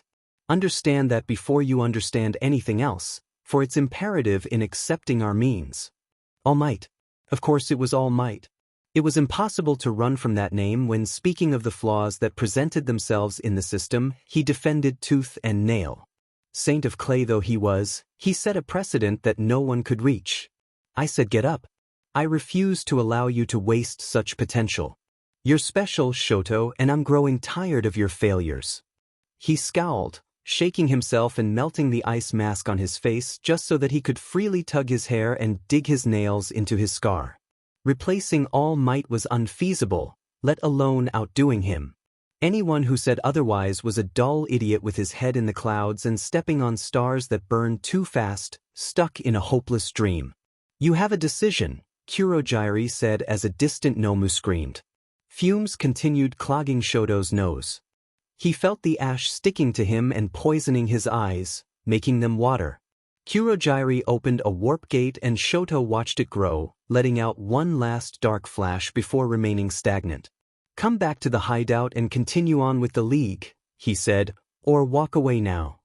Shoto huffed and turned his hands to fists. "You already know what I'm choosing." Kurogyri waited. Hanging his head, Shoto glared at him as he passed to get to the portal. "I'm not doing any of this for Shigaraki," he scorned. "I should hope not," Kurogiri said and followed him through. The bar opened up in front of Shoto and he stalked past Shigaraki, who was too enraptured in his video game to notice their entry. He was an absolute child. Shoto failed to see how he could have made such a disastrous ripple across Japan when he could barely stand anything going wrong during the unraveling of his plans. As if he always expected everything to go well and without interruption, he never seemed to have a backup plan. Shoto stared at his leader's back. Stain is dead. When Shigaraki turned around, Shoto held up the last of the hero killer's knives, the outlines of dried blood splatters still encrusted on the weapon. Shigaraki tilted his head. His smile was full of snakes that were coiled to attack as he took the knife from Shoto's hands, running the steel along the tip of his thumb. "That's the best thing I've ever heard you say."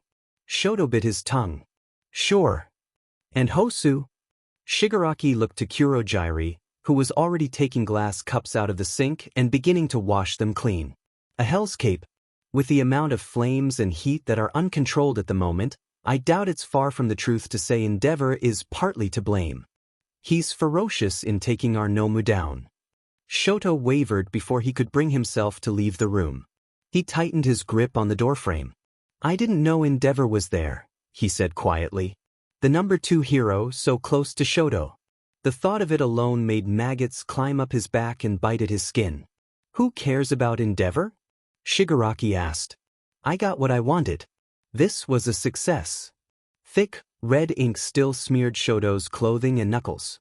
Stain's blood, still on him from barely an hour ago. He looked away.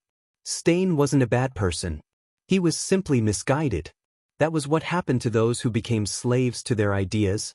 They wasted away in their self-made chains until not even their allies needed them around. Sad as it was, Shoto didn't regret killing Stain. He would have been arrested due to the swarms of heroes in Hosu anyway. Thanks to Shoto, have died with a purpose instead of in the confines of Tartarus. He decided to trust Stain one last time in giving Midoriya an option. If Native accepted the offer to claim the kill as his own, Shoto wouldn't be surprised. It was perfectly reasonable, and Shoto didn't believe that any hero would want a villain to take the credit for such an infamous criminal's demise. It would only happen to be ever so slightly false, wouldn't it? Japan would find out soon what Midoriya had decided to do, even if they didn't know it. Shoto awaited with brisk anticipation all the same. "I'm going to clean up," he said. He didn't stay long enough for an answer. The bathroom was muck-filled and clammy. A window was placed so that one could get a lovely view of a brick wall from the building beside them.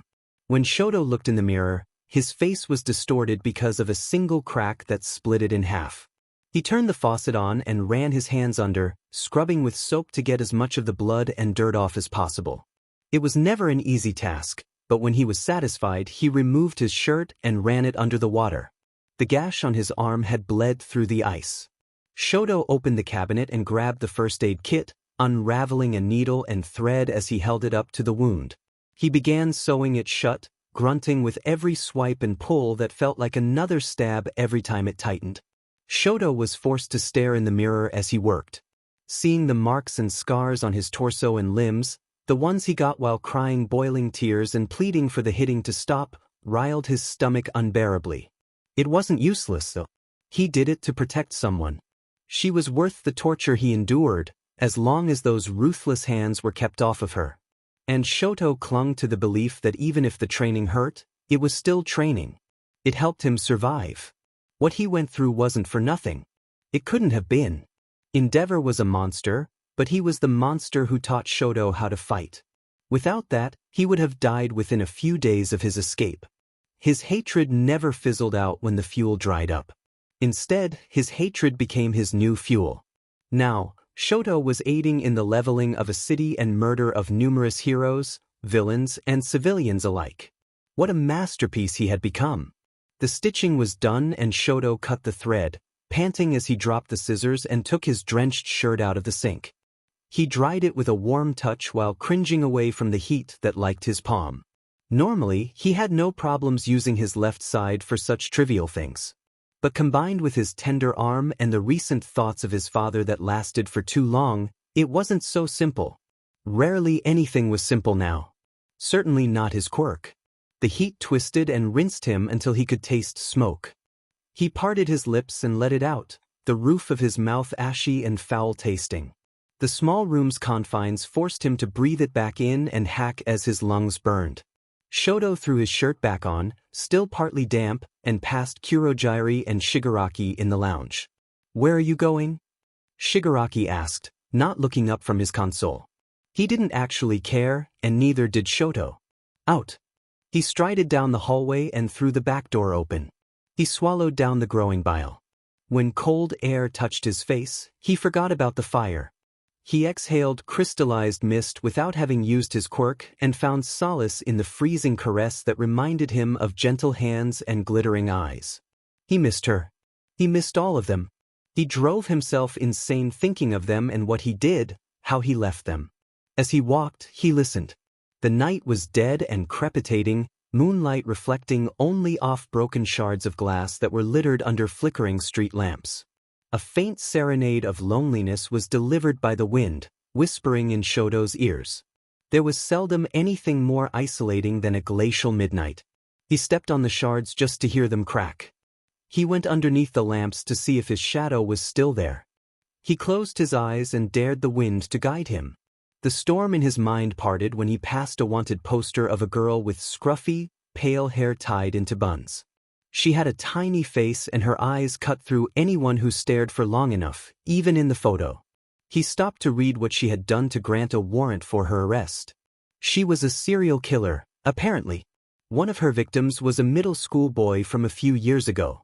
It seemed that she has since evolved her targets into older men and women alike, but she was only a suspect of most of the crimes.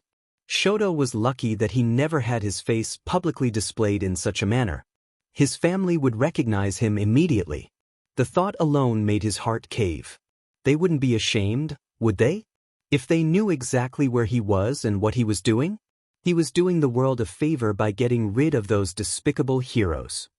When he left home, he must have been doing them a favor too. They didn't have to deal with all of the yelling and crying anymore.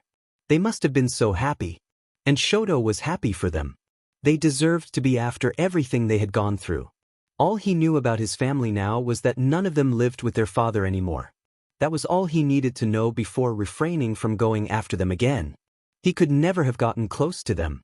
There were too many memories for Shoto to sift through. He couldn't even look at that house without running away. Wretched, he knew, but it was the truth. He couldn't bear going back. Shoto took the wanted poster in his hand. With a swift burst of fire, it was singed to ash. The girl, Himiko Toga, must have had a family. They didn't need to see her like this. He let the dust fall to the ground and continued on. He didn't know where he was going. The only place that was physically comfortable to live in was the room Shigaraki and Kurogyari had given him, and he didn't want to be there tonight. The cemetery came into view when Shoto turned the corner. His eyes crinkled wistfully as he sighed. Of all the places, he didn't visit often. It wasn't because of Tuya. Tuya was the only reason he knew where the cemetery was located. Shoto crossed underneath the arch, vines and moss spreading like a virus on the chipped stone. Trees and tombs were silhouetted against the darkness that had already consumed the yard. That was fine. He didn't need to see to know where he was going. The weather was crisp enough to leave frosted dew on the grass. It shattered softly under his feet as he weaved through the maze of death. He came to a halt in front of a small headstone, barely the size of a backpack. The writing engraved on it was nearly a decade old. Shoto got onto his knees and touched it carefully, as if afraid he would break it. He brushed at the stiff mud that was stuck in the etching from not being cleaned in some time. "Tuya," he murmured, pulling his hand back and folding them in his lap. "How are you? I haven't asked in a while." There was no answer, naturally. Just a frail breeze that whisked his hair and blew leaves from their quivering branches. "I made a choice recently," he said, tugging at a loose thread in his sleeve. "I'm not sure if it was the right one, but it was mine." He shook his head, drawing in a long breath and running his hand through his already tousled hair. Shoto put his hands together in a motion foreign to him. He didn't believe in any gods, so prayer was not something he practiced. It felt right somehow, doing it now. He needed to be heard this time. "Please, Tuya, forgive me. What I'm doing is for the best." It's ugly and vile, I know, but I remember All Might? He's still at the top. Still untouchable. The people I joined, the League, say that he's the backbone of Hero Society. To get rid of that society is to get rid of All Might. Do you think that sounds right? He let his hands fall back into his lap and hung his head. I think Hosu was a mistake. If I could have stopped it, I would have. Believe me, I would have. The only one who deserved to die in the massacre was Stain, not any civilians. And I killed him, so maybe that could make up for some of the deceased. That wasn't true. Shoto knew that wasn't true, but he said it anyway. He needed it to be true for his own selfish peace of mind. I'm sorry for bothering you, Tuya, he said, unfolding his legs and standing up. He bowed, muttering a parting prayer that he had been taught by his older sister. Thank you for listening. Before he turned away, Shoto glanced half-heartedly at the grave that stood beside Tuya's. It was another Todoroki's, though Shoto never came to the cemetery to visit them. Shoto's own grave was fresher than Tuya's. It was the worst sight he could ever behold. While he walked away, a man sat in the dark, blanketed by the shadow of a tombstone. He slouched against it, hands laced together on his stomach, listening and intrigued. A smile curled on his face, peeling his scars back and stretching the staples that held him together as his eyes followed the boy. Well, Shoto Todoroki, the man thought.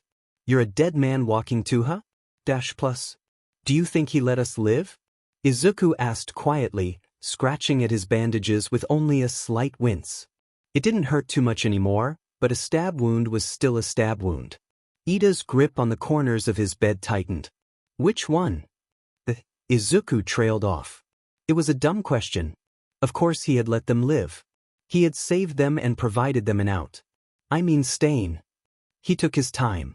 I think that he would have gone through with it otherwise. Izuku breathed in deeply until a piercing pain shocked his lungs. The memories came in sporadic flashes. He had his reactions under control, though he didn't enjoy piecing together the scene. A boy with a stare snowier than the ice stuck on his face was printed underneath Izuku's eyelids, appearing every time he blinked. The boy with blood on his hands and only a look of distaste as a response. What could have happened in Shoto's life to turn him so heartless? As cruel as it sounded to Izuku, there were a few things more important than the frozen mystery. Stain was dead and he had been told to pin it all on Native. Pin was the wrong word. The ramifications that would result in Stain's death inevitably getting out to the public would be short-lived. People wanted the hero killer dead. Ida had gone after him to do just that. Izuku's spine shivered as he let his neck go slack and rested his chin on his chest. He dragged his hand across his face and released a sigh. What do we do? He asked, pressing into his eyes until he saw stars with them wide open. Whatever you think is best, Ida said earnestly. He seemed to be talking to you, anyway. Izuku ducked his head. His friend was still ungiving and guilty. So guilty. He wished that Ida could accept Izuku's forgiveness as easily as Izuku accepted Ida's apology. That wasn't an entirely fair assessment of the situation. Izuku understood that. What remained underneath the surface was full of twisted roots and complicated intentions that couldn't be looked at with a naked eye alone. It required explanations and a stretch of empathy to realize what was going on. He was glad that Manuel and Gran Torino whisked themselves inside of the room before Izuku could respond. All of the relief he felt was gone when the third person entered. Izuku looked at his mentor's face. He expected righteous fury for directly disobeying his orders to stay with him. Exasperation at Izuku's stupidity, if he was lucky. What worried him was the heaviness in Torino's eyes and Manuel's sluggish movements. Tornio jerked a thumb at the man with the head of a hound. This is the chief of Hosu's police force, Kenji Tsuragami. Torino leaned against the wall and raised a brow when the chief bowed to Izuku and Ida. I understand that this was a traumatic event for the both of you. He raised his head and Izuku stood up with Ida. My sincerest apologies go out to you for not sending reinforcements fast enough. It's okay, Ida said as Izuku's tongue tied itself down. It was chaos. There was no way you could have known. The silence grew too much for his liking. He forced his voice to return to him, however groggy it sounded. How's Native doing? Was his surgery a success? When none of them spoke immediately, Izuku's heart caught on his ribs. Whenever someone responded to him with a look of pity, it never meant anything good. He survived though, right? He got to the hospital. We all saw it. Izuku's throat hurt without any warning and he coughed, though that only made it worse. He didn't care. Manuel? Ida said. Izuku looked up to see Manuel shake his head. Tsuragami stepped forward. His voice was full of nails, yet didn't shake. He had experience in this. I'm sorry to say that Native, otherwise known as Kazuyuki Yamashita, passed away during his surgery. The ground was pulled out from Izuku's feet and he stumbled back. When the back of his knees touched the bed, they buckled. You are the sole witnesses, Manuel continued lightly. It's been decided that the case itself will remain undisclosed to the public other than the victims' names. You two will be mentioned as anonymous witnesses due to your ages and illegal Quirk usage. Manuel went to help Ida steady himself on his bedside, guiding him with a gentle hand on his back. Izuku watched Gran Torino grasp his gloves with rigid fists. Are you alright, kid? He asked. Izuku didn't hear him very well. You don't need our account? He messed up his hair as he tried to unscramble his array of thoughts. All of it kept escaping him the moment he tried to speak, and by that time, he lost it. You aren't opening a case?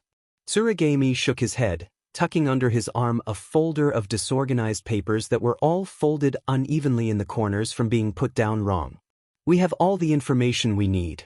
Even so, I urge you both to speak to someone about what you saw. Don't bottle it up. It'll do nothing but cause you problems.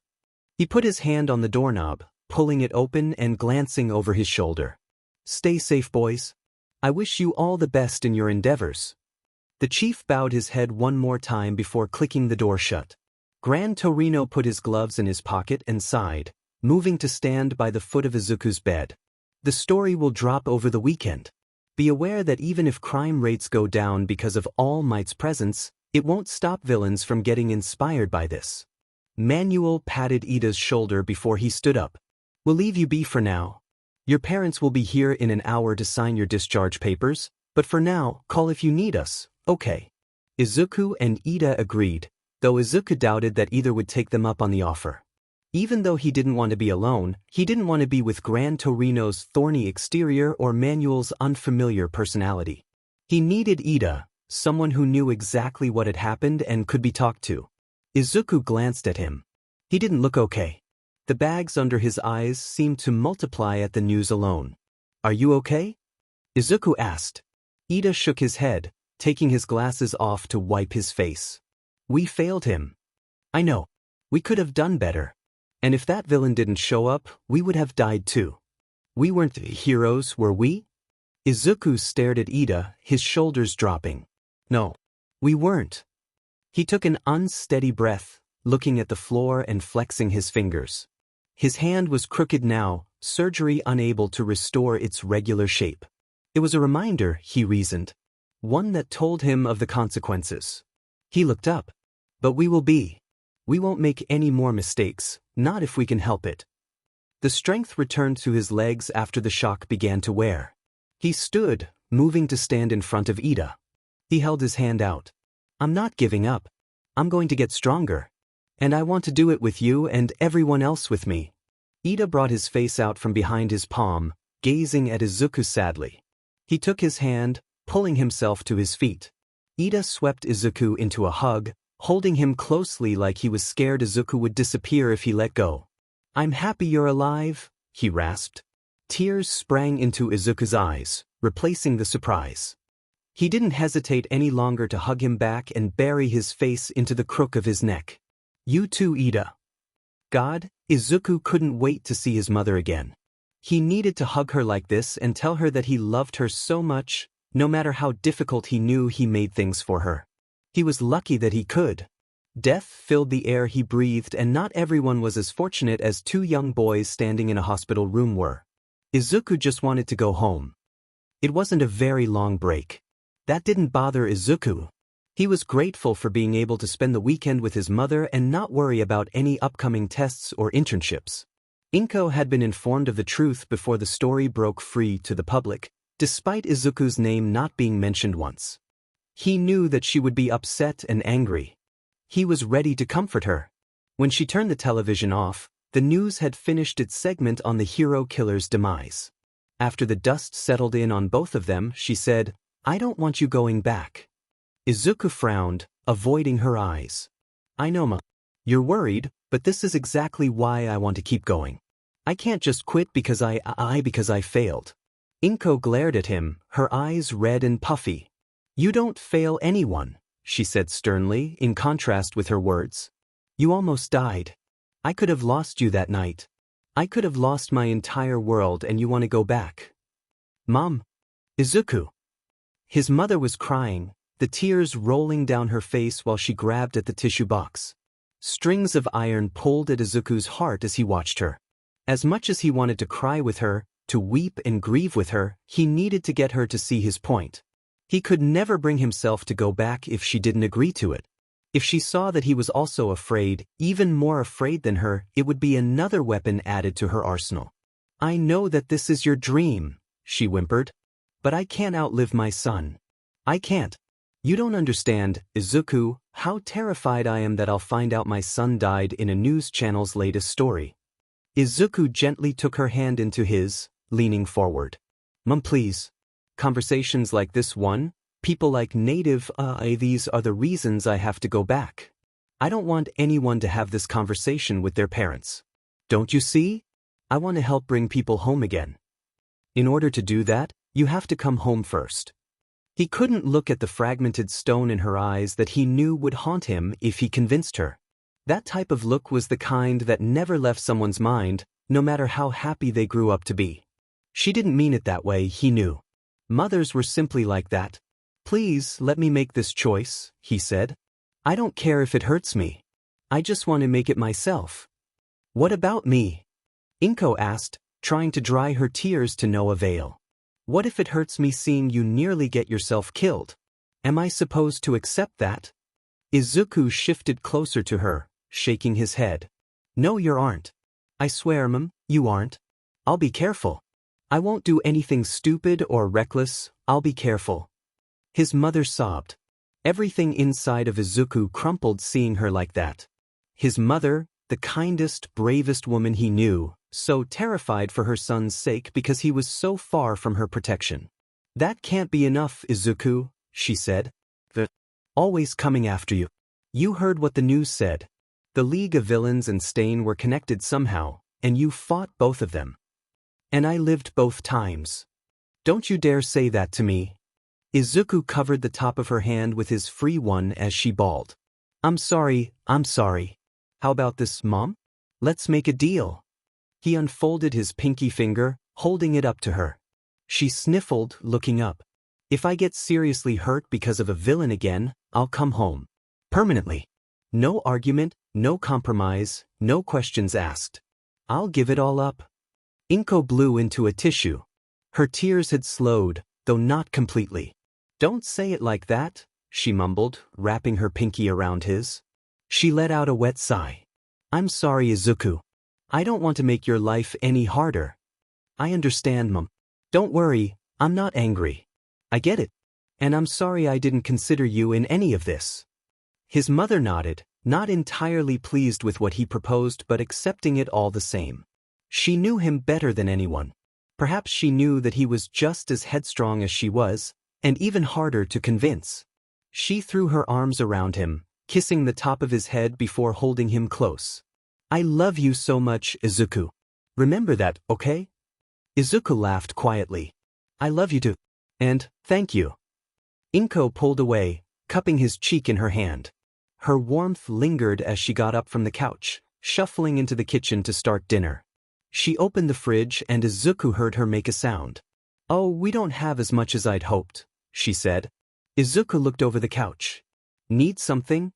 "I'm going to make katsudon tonight," she said. Before Izuku could interrupt, she bit him back with the point of her finger. "I'll have to go and get some more ingredients." "Let me go," he offered.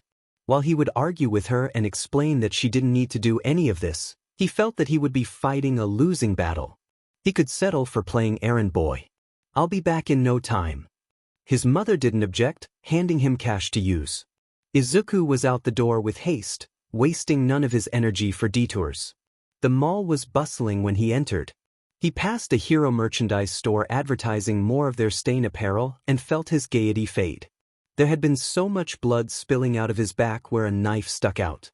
The knife that Shoto had thrown from his person and used as evidence for Native to be held responsible for the murder because it was Stain's knife. Why did he have two of Stain's knives before he had even gotten to the scene? He had used Stain's own scarf to wipe a dagger clean of the blood before putting it back in his belt. His face was so sharp and numbing, so apathetic toward the horrific scene before him. Would Izuku have been looked at with the same indifference had Shoto arrived a few seconds later?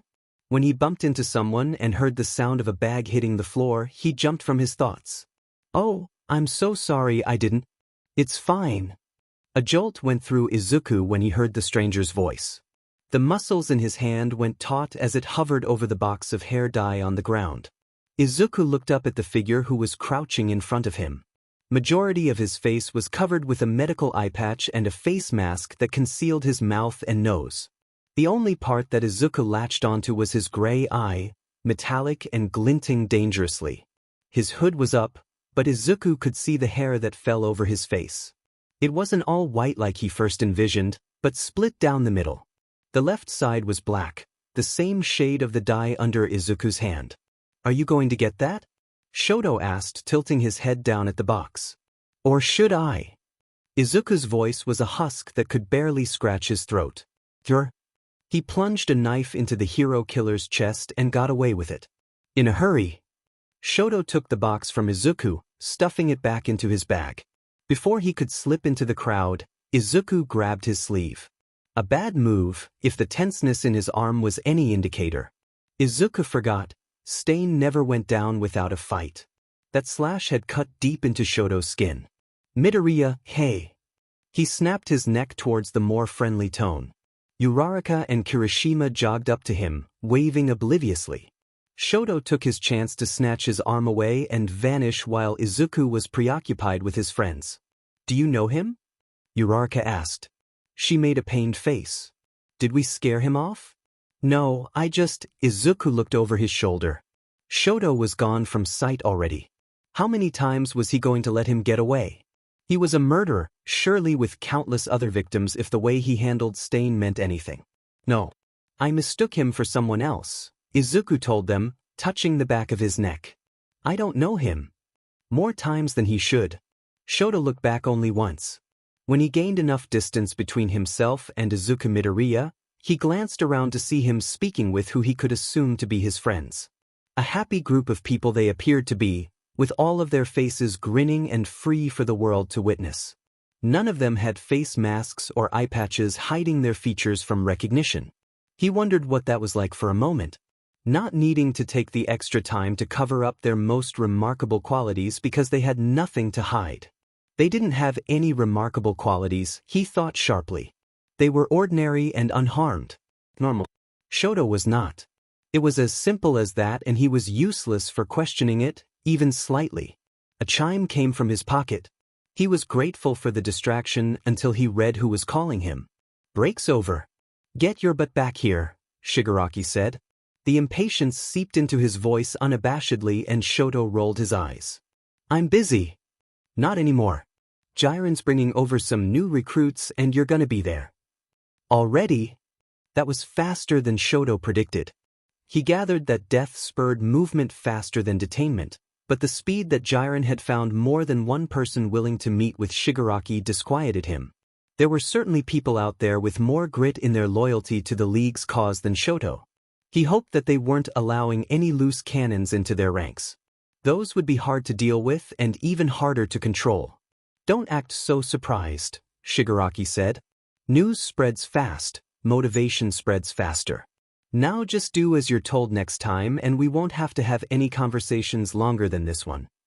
He hung up before Shoto could get any of his say in. As much as he would have liked to break his phone and Shigaraki's neck, he didn't do either of those things. The only thing he did was put his phone away and find the exit to the mall as quickly as he could.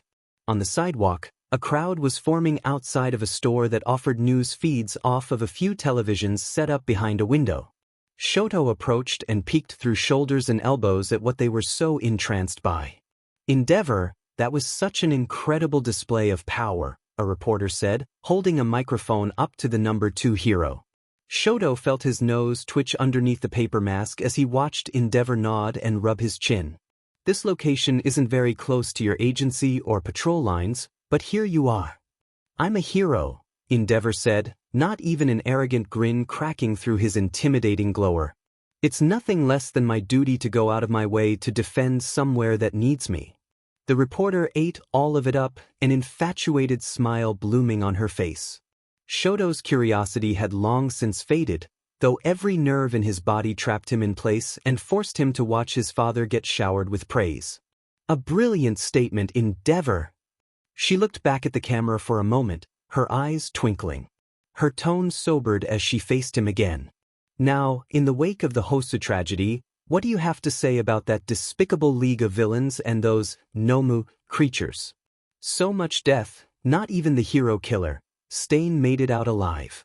Releasing such rancid monstrosities into a peaceful city is an act that will never be forgiven," Endeavor declared.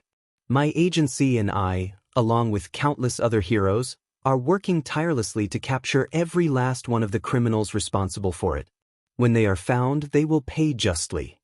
"A powerful message indeed," the reporter said. "You heard it here, Japan. The League of Villains will not get away with this.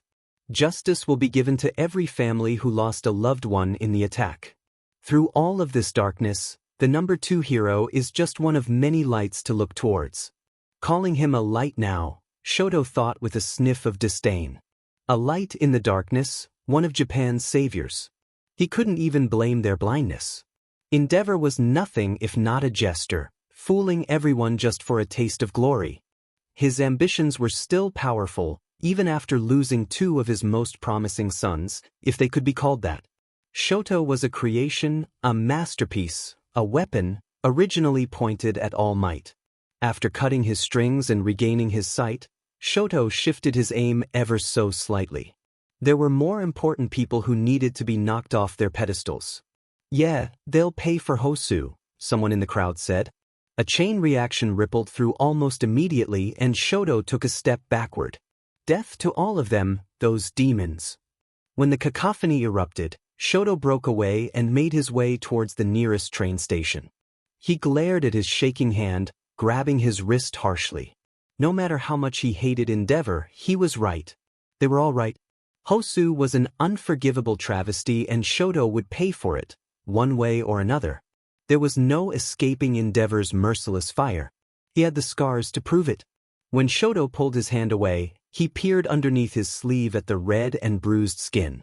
"Damn it," he hissed, softly touching his wrist with cool fingers to soothe the pain. It was an addiction he thought he broke long ago.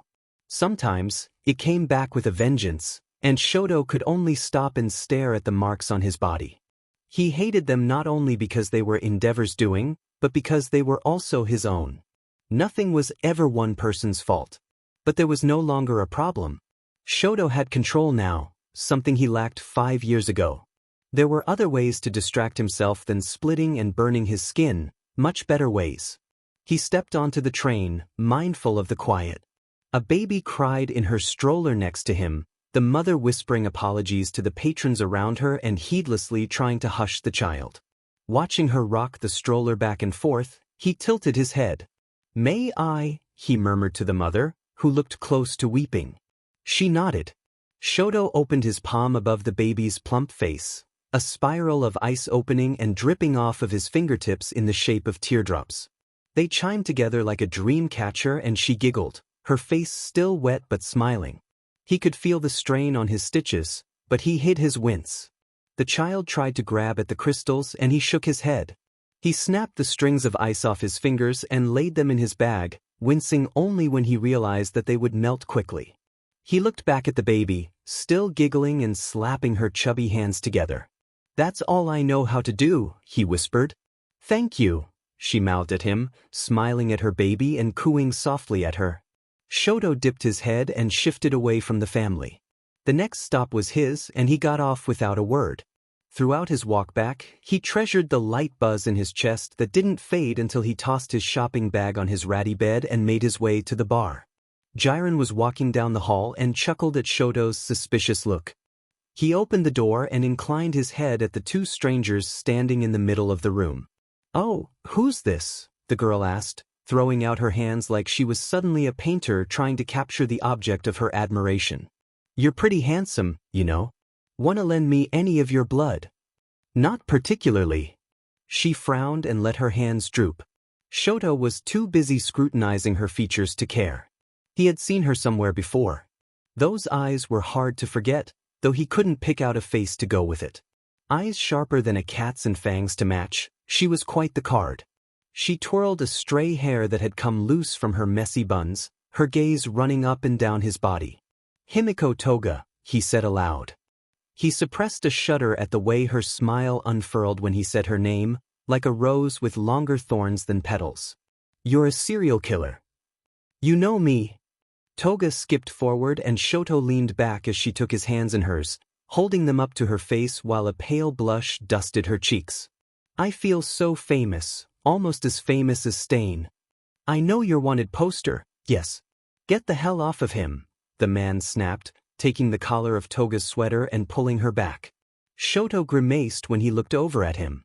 He was wrapped in ugly purple scars and staples that tugged both clean and discolored skin together.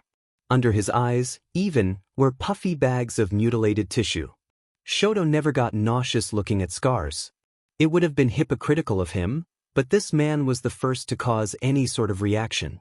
Perhaps it was because of Tuya and the way he could faintly recall asking him about why burns were appearing on his wrists. "You haven't even told us your name," Shigaraki said, leering at the man through the fingers of his mask. "You should do that before I kick you out." He dropped Toga's collar and shoved his hands back into his pockets, tilting his chin down. "It's Dabi." Dabi didn't add anything else, only glancing back at Toga with a hostile sneer. "The League will let anyone in, won't they?" She grinned back at him, sticking her tongue out through her teeth. "Yeah, I guess they will." Shigaraki muttered something under his breath that Shoto didn't hear, though it didn't take a genius to guess that he was regretting his decision to expand their ranks so soon, especially with people who would not be getting along. However much they didn't like it would have to be disregarded. It was for the best that they increased their numbers, especially with Endeavor and other heroes tracking them down at all times. "Hey," Shigaraki said when Shoto sat 3 stools away from him. Shoto looked over. "What the hell took you so long getting back here? Did you make every stop possible?" "Just one." Shoto put his elbows on the counter and refused to elaborate any further. He still wondered though, so he asked, "Did you see the news?" Kurojiri turned the sink on to wash the cups. Shoto didn't know if they even drank any of the alcohol lined up on the shelves behind him. If they did, he never saw it happen. Shigaraki dismissed Shoto with a wave of his hand. "No one's gonna find us anytime soon, so don't worry about that.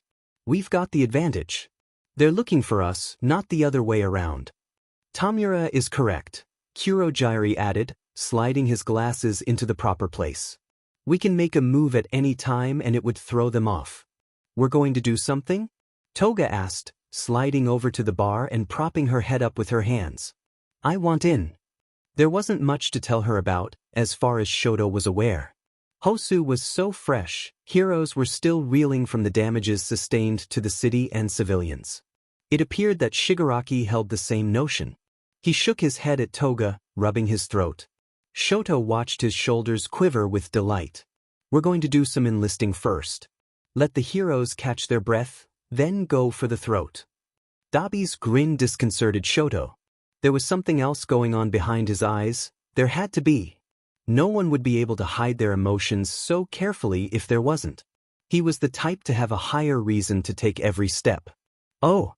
Dabi flipped his wrists and Shoto put his hand casually over his mouth to hide his wince at the way those staples buried themselves into his skin. "What did you have in mind?" Shigaraki spun around in his chair, pulling a leg up. He enjoyed being listened to with such intent. "Well, where do we all know All Might is focusing his energy right now?" "You?" Shoto murmured. "The #1 hero," taking up a job at one of the most prestigious hero schools in the country. Nothing less than absurd, in his opinion. What did All Might have to gain from training students now that he didn't in the past? All Might was a mystery the world would never solve. Shoto had already accepted that. A mystery, a blessing, a curse, a god. I call him every name known to man. He could fit the description. There was no one like Japan's #1 hero. Shigaraki stuck a finger in the air. Do it. And every year, classes 1A and 1B have a training camp at an undisclosed location. All Might won't be going to this one, obviously, which is all the more reason for us to pay them a second visit. I don't understand, Shoto said, threading his fingers together in thought. When you invaded the USJ, you wanted to test out your Noma's strength compared to All Might, preferably killing him. What does this camp have that we want? It's not about the camp, Shigaraki said, rolling his eyes. It's about what All Might failed to protect. Attacking the students is one thing, anyone can do that. He reached up to remove his mask, a tiny smile playing in the corners of his mouth, will be taking one back with us. The sound of Toga's enthused giggling cut sharply in Shoto's ears. He saw a flash of steel and turned, glaring at her as she played with the sharp end of a knife. Shoto knew that Kurogiri was watching him over the smooth glass of his shot cups. He didn't forget either. Innocent heroes would die, and despite Shoto not knowing where he stood on the matter, that was incredibly different from what Shigaraki was proposing. There was a difference between innocent heroes and innocent children trying to grow into a costume that was too big for them. This isn't the first time. You already brought up the USJ, why did you not call it out then? No, it wasn't the same. The goal at the USJ had been self-evident and reasonable. Kidnapping a student was not the same as trying to kill All Might. Are you serious about this? Shoto asked slowly. You know, you've really got a problem with following orders, Shigaraki told him. Shoto gave him a single, dry laugh that didn't bring out even a smile.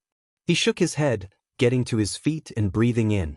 I'm going to think, he said. Don't look for me. Shigaraki glared at him as he left, though Shoto didn't head towards the front door after he left the room.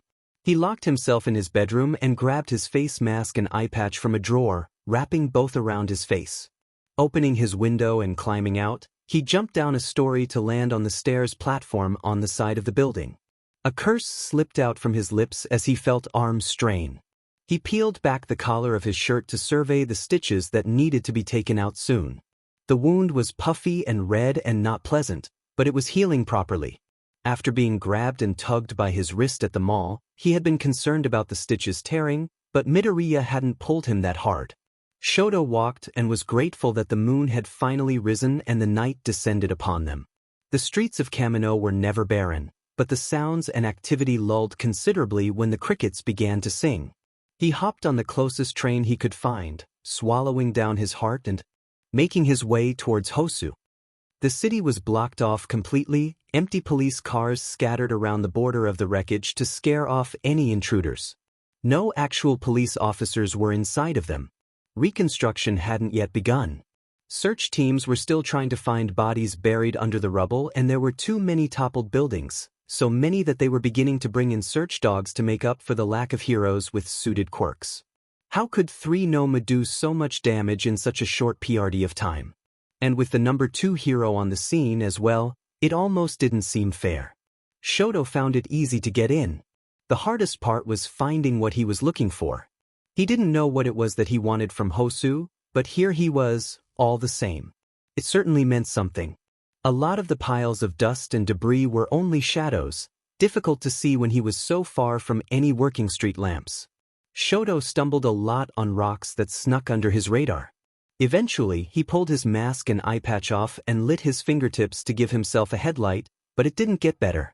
A fresh disaster didn't sit before him anymore, only a haunted battleground.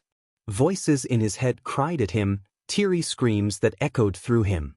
He saw a ruined Endeavor plushie poking out from stones and bricks and walked over to it, getting on his knees. "I'm so sorry," he murmured, holding it up and wondering if the child this belonged to was accounted for or still missing. "For what he did to you." The stuffing flooded out through holes in the fabric and tiny pebbles, and Flint glossed it over completely. A kid looked up to Endeavor, enough that they bought a stuffed toy of him, and they may have been buried in his wake. Shoto wanted to burn the thing, but he didn't. He carefully placed it back where he found it and stood up, looking around with his fire in hand. He saw everything he remembered glimpsing that day. The little girl shaking a man's limp body and choking on tears as she tried to plead with him. "Daddy, wake up. Please, I'm scared. I want to go home."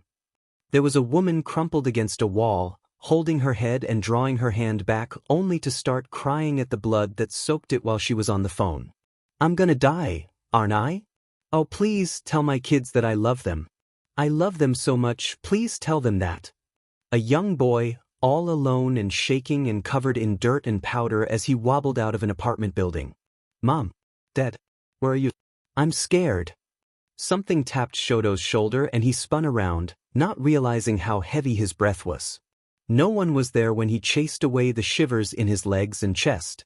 No one was there when he looked all over, more desperate for someone than no one. Maybe they would be able to take matters into their own hands. A Nomu growled in his ear.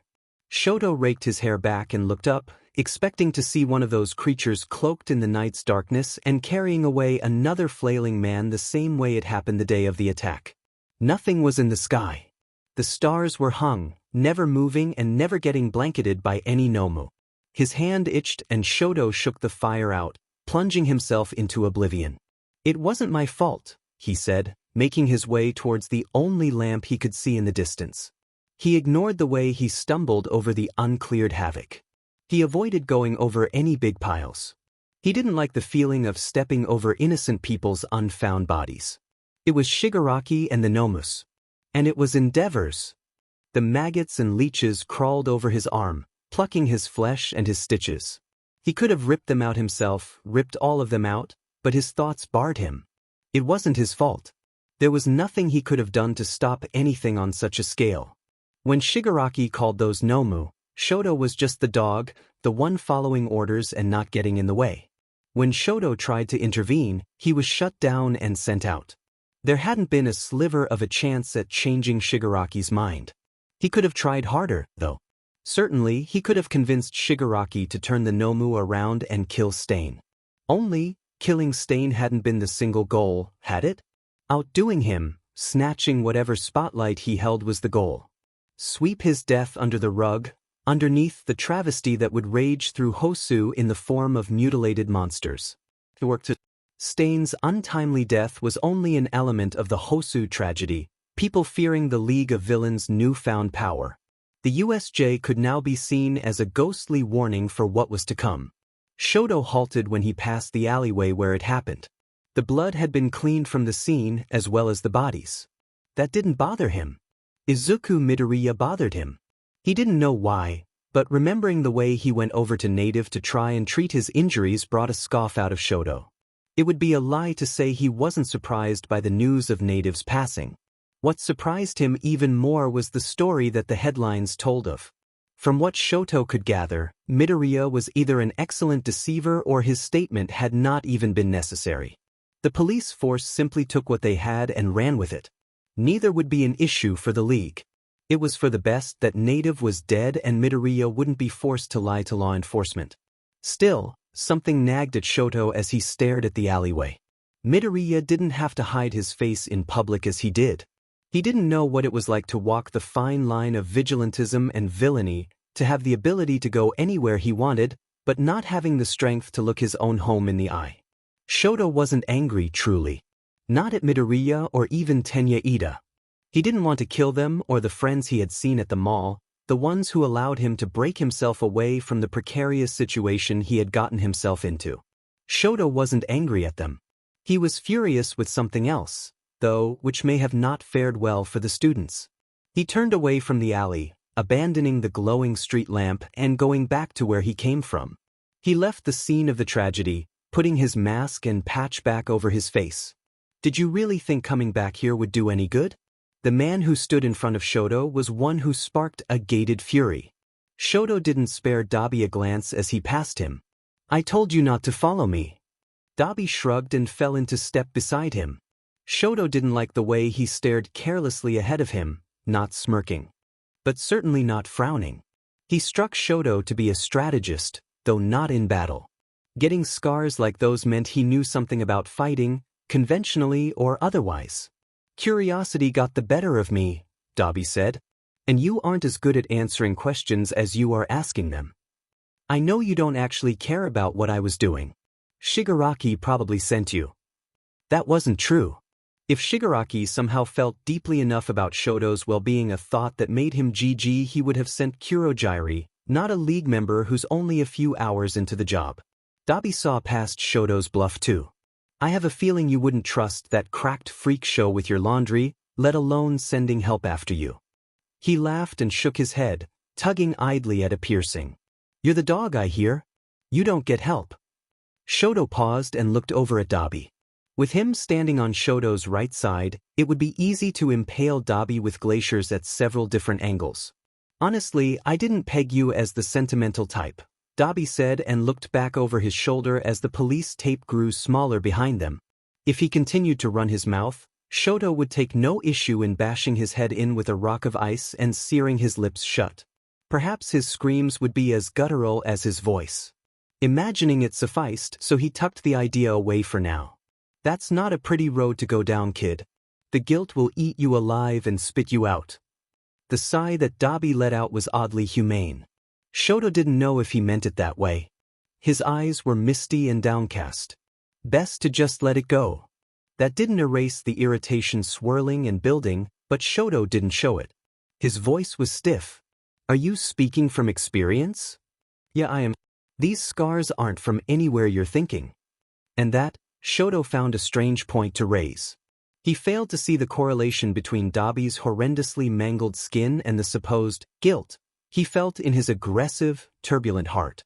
He pulled away from Dabi, detached to the idea of hearing any more of what he had to say about himself. I told you not to follow me, Shoto said again. An ulterior motive was at play in those brazen words. Why are you here? We're colleagues, Shoto. Dabi dropped the empathetic act without a warning to offer a malicious squeeze on his shoulder. Shoto slapped his hand away and felt the rake of the staples scratch him.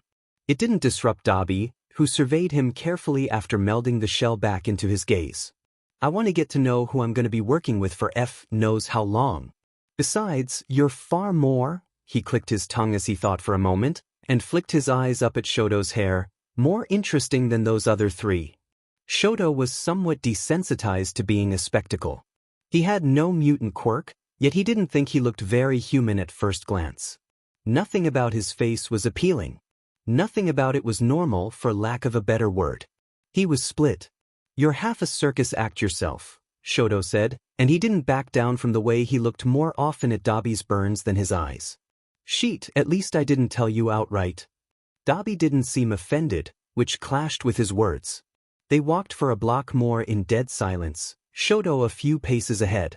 He dropped Dabi the moment he had a chance, though the words spoken to him weren't forsaken.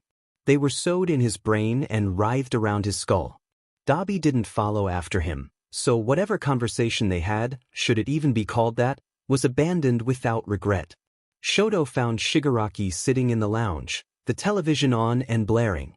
When he appeared in the reflection, Shigaraki muted it.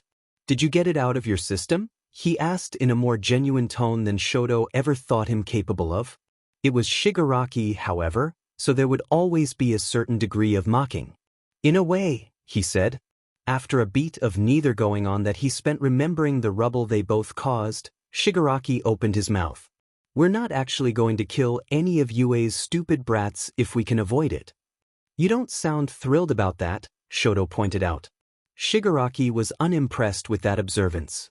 He glared at Shoto, standing up and tossing his controller on the couch. They won't be getting out safely. Even though I know you're fully capable of it, if you aren't willing to do the dirty work, don't bother coming back here again. I know. He swallowed his breath to rid the swelling in his throat. As long as we aren't senselessly murdering students, I'm in. A smile broke through the general disfavor on Shigaraki's face. I assume heroes are still on the table, or do your pretty morals prevent you from doing anything useful? Shoto brushed away the soot that was stuck to his cheek from the ruined city. I'll kill them myself, Shigaraki. There was no mourning anymore, even as a shriveled-up hero plushie laid in mounds of debris and collected dust. The screams could wait. Shigaraki grinned and rolled his shoulders back, inviting him in on the finer details of his plan. The alleyway smelled of dirt and sweat, and copper washed Izuku's mouth as he spit out puddles of blood. He tried to push himself up, but his arms were strained and he heaved with effort before collapsing back into the ground. His body locked all at once and Izuku started, staring at Stain as he approached. The sword he wielded dragged across the pavement, screeching in his ears as he grew closer. "Ida," Izuku gasped, trying to find his friend. "Ida, get up. Please, you have to get..." His eyes did find Ida eventually. They found him on the ground, his throat slit and leaking. Blood dripped from his mouth and his glasses were shattered next to broken arm. Stain peered down at him through his mask, dragging his sword up to Izuku's head. "Your friend was a fool. He paid the price for it. Now you shall too." Izuku snapped his eyes shut, bracing himself as best he could for the incoming blow. It never came. There was a gagging struggle and Izuku dared to look, only to find a boy with ice covering half of his face thrown into the wall. A crack broke through the noise and Shoto yelled, throwing his hands up when the hero killer brought his sword up and stabbed it into Shoto's chest. The boy banged his head back against the bricks and Izuku watched his mask crack in half. But when it fell, an incomprehensible, buzzing shadow fell onto the left of his face, covering it as if commanded to. With a final sweep of his arm, Stain ripped his blade across Shoto's torso, tearing it open and letting the blood gush from the wound. Shoto coughed and choked violently until he went slack, letting his head dip down and leaving Izuku alone with the hero killer's eyes focused solely on him. "You got lucky the first time," Stain hissed coolly. Izuku didn't have the luxury of steeling himself. Stain's sword was in the air and then it was buried into his back. The world dissolved into red the moment he opened his mouth to scream. He opened his eyes to darkness. It wasn't long before he got himself adjusted to it, and by then, there was no hope of falling asleep again. Izuku picked his way through his room, trying not to creak the floorboards and risk waking anyone else up. Curiosity is what brought him to his desk, and impulse is what made him turn his computer on. The shocking light stung his eyes cruelly and he couldn't bear to look at it for more than a few minutes at a time without tears springing up. When he finally became accustomed to it, he typed a word in the search bar, the only light in his room being that of the white blare that doused his face. He scrolled through useless results that provided him less than nothing, holding back the urge to yell frustrations into his keyboard. The name he had put in jeered at him. Shoto. He mumbled to himself as he added 2 more words. Shoto Ice Quirk. Somehow that made it worse. The only thing on his screen was an apology for not being able to find anything relating to his search and a request to be more specific. Izuku tried going through past police records that had been released to the public, but not even a description that matched Shoto's profile came up. It was as if the boy Shoto didn't even exist, not in any reports, articles, or investigations. Izuku leaned back in his chair, crossing his arms and chewing at his thumbnail, a bad habit that he never bothered to try breaking. There was no way in hell that Shoto hadn't killed anyone before. The way he threw the knife was too precise for any good Samaritan to be able to do without prior training. And when he appeared, it was like he materialized from nothing but the shadows behind him, right behind Stain. Close enough to stab him in the chest and rip the knife out, gaining space and pushing back against Stain's sword to gain the advantage and finish him with a puncture to the stomach. Not even a flinch. No nausea, no crumpling to his knees in shock at what he had done. Just an emotionless survey of the 2 conscious students and the bleeding hero in front of him. He was composed and able to formulate a plan that they wouldn't use anyway to help himself get away with it. But more than that, it meant that he had experience. The timing was too convenient. What were the chances, the real chances, that someone like Shoto would turn up by coincidence during the upheaval of Hosu? And then to disappear without any path for the police or detectives to follow? There were too many factors for Izuku's brain, running only on his own unwillingness to sleep, to consider and follow up on. Only one thing was certain: Shoto was terrifying. He didn't succumb to personal grudges and anger the same way Stain did. He didn't leave behind evidence to incriminate himself, and according to every source Izuku could scrape together, he didn't exist on the face of the planet. Izuku thought that may have made him even more dangerous. A faceless, non-existent villain. Though, was he a villain, or was Izuku going too fast for plausibility to catch up to him? The alarm on his phone went off and he glanced at it. The hours of the night he was awake to see were unsavory at best, unhealthy at worst. He wasn't unused to staying up until he greeted the sun the next day, but he wasn't eager to fall further back into the habits he had already broken. Izuku flipped his phone over to hide the screen and collapsed back into his bed with the grace of a fish out of water. There was no reason for him to be so hung up on the boy Stain called Shoto. It probably wasn't his real name, anyway. What he was chasing was nothing but a dead end, a ghost, someone who didn't exist. He should leave it to the pro-heroes the next time he showed his face, if he showed it at all. The idea didn't thrill him as much as finding Shoto on his own did, but he couldn't get anything done when he didn't know where to start. The infuriating part was that no one other than Izuku and Ida knew that a boy with split hair and an ice quirk walked free and unattended. His alarm went off again and Izuku groaned into his blankets. He was tired but not sleepy, truly a state of purgatory. Going back to work would mean not catching a wink of sleep, something he wasn't very keen on doing, so he stayed where he was. Awake but not alive. With not much else to do, Izuku shuffled feebly from his cot and left his room. The dormitory hallways were much darker than what his eyes had already adjusted to, but he made his way downstairs without any problems. It was probable that he was too tired to register the figures sitting at the counter of the lounge's kitchen, a glass of water in front of him but not a hand even sitting next to it. Izuku smiled at Ida, who returned it with hesitancy.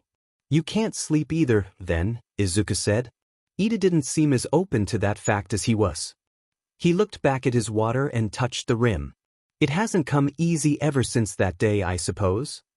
He glanced at Izuku and his eye bags with a frown. "Nightmares too?" A hum left Izuku's mouth. He didn't want to trouble Ida with his own problems, especially if he had admitted to suffering from them as well. "Something like that?" he said. Ida nodded and didn't question him further. Izuku wasn't sure if he would shut down the conversation if it did begin to build. He didn't know if he wanted to talk about it. He should really. That was the smart decision. But he wouldn't be able to really talk about it, not without lying. That was the hard part. Izuku wasn't a bad liar. He was quite good at it actually, but he didn't enjoy it. "How's Tensei?" Izuku asked. The silence had been bearable. Comfortable even. He didn't want it to last though. It would leave him with his thoughts, which would extend to other things he already didn't want to remember for longer than he had to. Ida brightened considerably at his concern. "Well, he's still an older brother, of course, and after being told who those two witnesses were, he was reasonably livid. No amount of apologies will appease him." "I don't think he wants an apology," Izuku said. Ida shifted to look at him. "He's just scared for you. My mom is the same way." "I was a fool for going after Stain," Ida admitted, not to Izuku. He listened and didn't interrupt. "Thank you for saving me, Midoriya." Anything they said would have let that name hang in the air like a virus anyway. Midoriya had tried to save Ida, but both of them had been outmatched. Perhaps Shoto would have been outmatched as well if he didn't turn the element of surprise into such a lethal weapon. It's what friends do. He smiled as best he could to drive away the memory of Stain's assailant, but he knew it cracked. "Just don't do it again." Ida shook his head. "I wouldn't dream of it." Typically, this was the part where both of them laughed and kept on with their daily activities with Uraraka, Tsuyu, and Yaoyorozu. The moon was up, however, and they were alone together with no other words to say. Izuku got himself a glass of water and drank it all in one breath. Ida was too exhausted to tell him to slow down, lest he get hiccups. "Do you think we'll see that boy again?" Ida asked, keeping his head down as his shoulders bunched together. Izuku wondered if Ida would ever say his name, or if he remembered it at all. Maybe. Izuku had a feeling that brewed in the way storms could be smelt before they arrived. He sighed and shook his head. Knowing his luck? Probably. Plus. Shoto watched with little interest as Toga sliced open the body of a woman who cried and apologized for her sins in the past. Toga didn't care about those crimes, so they were futile. Shoto did care, but it wouldn't have stopped him had he been the one to do the job. When the last gasp for air came to a close, Shoto turned fully into the alley.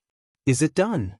He was keeping watch for her, leaning on the wall and scrolling uselessly through his phone under the guise of a rebellious teenager skipping school. Toga liked her knife clean, but her skin didn't melt into any disguise. She had at least that much control over her quirk.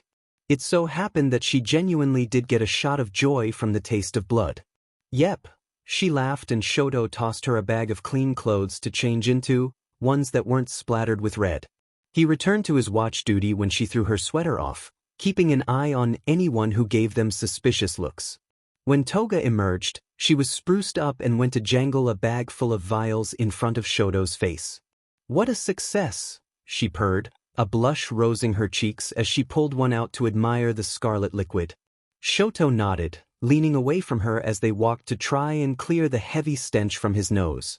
If someone were to notice, he figured that they would be too put off by their appearance alone to stop them, unless they were an officer or hero. Should that happen, they would handle it quietly. So, what was Hosu like? Toga drawled, kicking a pebble into the street. Did you see any guts smeared on the pavement? She sounded dreamy, like she was describing a childhood crush instead of a bloodbath. A prickle of discomfort crawled over Shoto's neck, standing his hair up. It was hard not to, he said, trained to keep the emotions disconnected from his words. Where were you when it happened? She hummed. Probably cutting someone up, if I had to guess. How quaint. Shoto wasn't too accustomed to Toga's frolicking yet. She didn't possess the sinister childishness that Shigaraki did, nor was she as punctual as Kurojairi. She was certainly a normal teenage girl when it came to getting crushes on any mildly attractive person she saw, though she was far from the standard of normal when it came to expressing those feelings. The woman who laid dead behind a dumpster was not one of Toga's personal victims, as she had complained to Shoto's poor ears about being assigned the mission from Kurojairi at all. If she had her way, Shoto guessed that she would have chosen someone more visually stunning. Shoto didn't care about Toga's reasons for killing. He was simply glad that the woman was dead. Her alias when she put on her hero costume was the Light Hero, Lumiere, but in reality, she was a blemish on the earth that needed to sink into the dirt. An intriguing quirk, though she had one that allowed her to bend any light into physical weapons. What intrigued him even more were the charges that had been filed against her for RP. Filed by her only son, as well, and dropped in silence. Not a single major news outlet had reported on the Deming accusations on account of her being an underground hero. Only a few months later, Lumiere's son was pronounced dead from the combined effects of an overdose and drowning in his bathtub. No one cared. No one even remembered. Shoto hoped that her son would get his justice now that his RPST was dead. It wasn't a lot, but it was the most they could have done for him. I need to do something exciting, Toga said, bouncing on her heels and throwing her arms out, tightroping along the cracks in the sidewalk while admiring dresses she saw in display windows. Because that was the most boring one I've done yet. It was true that the blush had dissolved from her face. Shoto didn't say anything, merely twitching his nose and pulling his phone out and calling Kurojairi. It's finished here, he said when the line came alive. We're coming back now. Actually, tell Toga to come back. There is an extra errand that we need you to run while you're in the area. Shoto glanced at Toga as she fawned over more clothes and stuffed animals sitting behind the windows they passed. I'll send her back. Don't be surprised if she's a bit late. He pulled the phone away from his ear to tell Toga the news. She was happy to be getting the rest of her day off and promptly made fun of him for not being able to do the same. He shook his head, ignoring her. What do you need me to do? He asked Kurojairi. I'm sending you the address of a man willing to join the league. Meet with him and be as pleasurable as you can. I trust you to handle this in my stead. Of course. Shoto nodded and didn't bother trying to deny the wink of gratitude towards the praise that warmed his chest. What do I tell him? And should I bring him back with me if he agrees to join us? Read him and adapt to whatever he presents himself as. As for your second question, yes, that will do nicely. If he doesn't wish to, don't force him. Good luck, Shoto. Shoto thanked him and hung up, glancing at the directions Kurogiri sent him. It wasn't too long of a trip. He decided to walk rather than take the train. The cold weather was always nice too. Once he began to near the destination, he was confused by the prosperity of the district. Restaurants and stores were no less frequent than they were in the previous town he and Toga were in, something that Shoto had thought would disappear as he approached an assumed ghost town. He stopped in front of a cafe and looked up at the sign. It was the right place, according to his map. Before he entered, he looked across the street at a park blocked off by fences to keep the children playing safe. Everything about the place was not only normal, but lively and full of color. Bells of skepticism chimed in his head, not sure if he was meeting someone who knew full well what they were getting into or a stupid kid looking for some thrill. He pushed the door to the cafe open and looked around. It wasn't packed and pale conversations buzzed in different corners, which he somewhat enjoyed. No faces stuck out to him and he almost reached for his phone to ask Kurogiri for a photo, but a man in the corner caught his eye with a hand held up for him to join him. Shoto was cautious as he sat down, keeping a firm grasp on his quirk in case it needed to be used, though the man didn't seem to feel the same way. "Before we start," the man said, taking a small sip from his coffee cup, "might I acquire your name?" "That depends on how this meeting ends." All Shoto had to do was be pleasurable and adapt, just as Kurogiri said. He didn't know how to do the former of those things. The man smiled and laughed as if catching up with an old friend. "Entirely understandable, I should have guessed. I'll offer you mine then. I'm Atsuhiro Seiko, but my moniker is more popular." He dropped his voice to a low whisper. "Have you heard of Mr. Compress?" Shoto had indeed heard of him. He was a wanted thief nationwide and known for the way he could make anyone disappear with what could only be described as the snap of a finger. His elusive prowess and experience would make him an excellent addition. There was one thing he couldn't help but notice. "You aren't wearing any mask," Shoto said, studying his features as they were presented to him. Compress was average-looking, though he supposed that he could see how one might find him appealing. He was average, but he was not boring.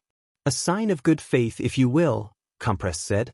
"Care to offer the same courtesy?" Shoto shrugged. He had a point. He reached up to remove his facial coverings. Mr. Compress' smirk tightened for a moment when he took in the size of the scar over Shoto's eye, but he had the grace to be quick about fixing it. Compress tapped the table with his finger before pointing it at Shoto. "I've seen what you rookies can do. I'm quite charmed by your forceful devices, even if they aren't exactly my style. How I wonder what more you're planning behind such foreboding monsters. I'm not at liberty to disclose that information." It was a rhetorical statement, dear. Shoto remembered how he was supposed to be pleasant and apologized. He wasn't sure what Compress would consider to fall under that word. "I didn't mean to be rude." Though Compress didn't appear to have taken any offense beforehand, he laughed anyway. "No worries, my friend. It's good to be careful, especially in this industry. You're very young, unnervingly so if I may ask, how long have you been doing this type of business?" Shoto didn't need to pause to think. "Since I was 10. You?"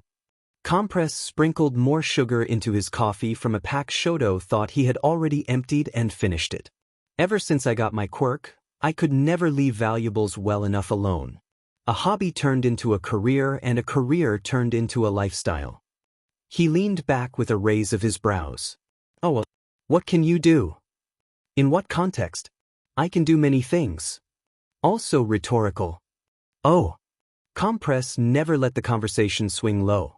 He must have thoroughly enjoyed the sound of his own voice, which made it remarkably difficult for Shoto to discern which questions he should be answering and which he shouldn't be, let alone finding room to answer at all. When the waitress came over to ask if Shoto would like anything to drink, Compress stopped him from answering. "We're actually finishing up here." He looked at Shoto with a grin as he left her a tip. "You were going to join no matter what happened," Shoto said with a frown. "Untrue, dear," Compress said. "I wanted a fun conversation that didn't allude to the reason for this meeting. It's not a very good show if the workings behind the scenes are rigid, after all, and I get bored talking about the same thing over and over again." Shoto waiting for Compress to stand before following suit. They left the cafe and Shoto put his face mask back on. Unless you have someplace to be, I've been told to bring you back with me. Compress nodded, walking beside Shoto. The silence was unnatural until he realized why. My name is Shoto. I forgot, sorry. A pleasure to make your acquaintance, Shoto. Compress smiled. I'm looking forward to working with you. He held his hand out for Shoto to shake. As he did so, he supposed that meant the deal was secured. Likewise. Welcome to the League, Atsuhiro Seiko. Mr. Compress got along well with Toga. She enjoyed the magic tricks he was so keen on showing off, pulling marbles from behind her ears and suddenly throwing specks of glittering white dust that may have been sugar to simulate confetti. Shoto would have to sweep that up later if Kurogyari didn't beat him to it. The only sign that Dabi tolerated Compress was a nod to a simple question he asked. Shoto guessed that Dabi was relieved to have another adult around rather than him and Toga, though Kurogyari always indulged him in conversation when neither were busy. Shoto stood behind the bartender now, helping him organize files. Are these all of the people that will be recruited? He asked. Kurogyari shook his head, or did an action that looked like it. It was hard to tell with him. There are a few more people that Tamura seems would benefit from getting on our side. It's a shame that Muscular was caught a few days ago. He would have been spectacular to have with us. It was going to happen eventually, Shoto dismissed. Who else did Shigaraki have in mind? Shoto didn't care for Muscular. As a sadistic villain who only took glee from slicing heroes up and grounding them to nothing, he would certainly have a field day surrounded by heroes in training who stood no real chance against his Quirk. If there were more candidates, Shoto would be willing to take a look at them, though he could see the League gaining ground too fast being a problem. A small group of elites would be better than a large gang of useless thugs, surely. At the moment, we've got our eyes set on a man named Jin Babaigawara, Kurogyari said and pulled out a messy file with some spelling mistakes. It must have been thrown together in a hurry. The picture in the corner was of a tired man possibly in his 30s with a noticeable scar that went down his forehead. Kurogyari continued. Jiren said that he would meet with Mr. Babaigawara and get him to join without much of a problem. If it succeeds, then we have a powerful villain working under us. And the others? Shuichi Iguchi and Kenji Hikishi, otherwise known as Spinner and Magna. You will meet these two, as well as Moonfish and Mustard, at the gathering point at the training camp. Moonfish and Mustard.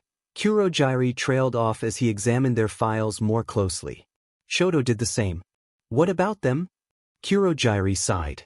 As heinous as it sounds, we need fodder, those who will be arrested to let the others escape. Moonfish and Mustard will play pivotal roles, but ultimately, they aren't expected to make it out. Shoto understood that well. The sacrifices necessary to keep the group at large afloat wouldn't be forgotten. Then it's safe to assume they won't be told their role in any of this. No. It's better that way and easier. They won't see us again. The door pushed open and Shoto looked up to see Shigaraki. Mr. Compress was given a wary regard from him, but it turned to nothing when Shigaraki came over to the bar. Not bad, he said when he slid his gaze to Shoto. Was Mr. Babaigawara a success, Tamura? Kurogyari asked, folding a small towel over his arm. Shigaraki nodded and pulled a game controller from his pocket. He slouched on the counter as he played it. Yeah. Decided to start going by twice when Jiren mentioned it, so it's twice now. I hope that you made twice feel welcome. Shigaraki grumbled and didn't give an answer. Shoto felt that that was an answer itself, and one that should have been expected of someone like him. Kurogyari put the towel on the countertop and gave a patient shake of his head. I'll visit him myself and speak to him personally. Shoto envied the amount of endurance he had for putting up with Shigaraki's antics. Good luck with that, Shigaraki sneered. He's a mess right now. Sticking a paper bag over his head and talking nonsense. I'll speak with him and give Jiren his commission. Do your duty, Tamura. The only acknowledgement on Shigaraki's behalf was another inaudible grouse and a vacant wave of his hand to send him off. Shoto frowned when Kurogyari left without another word. He was such an addling mix of a boss and a subordinate who was associated with Shigaraki. Shoto was struck with a bout of boredom as he sat in the lounge, watching one of Compress' magic tricks with Toga. He was a sleight-of-hand magician, aided with his quirk that involved compressing objects into marbles to move them around. People can also fit inside these, Compress said as he elegantly moved the marbles around in smooth motions, fitted between his fingers to trip up his audience. It certainly makes thievery a simple activity. Toga leaned back in her chair until it began to tilt backward, throwing her feet onto the table. Bet you had it easy, she said, smiling in what was not a malicious smile or a jealous one. It was blank. Longing, if Shoto squinted.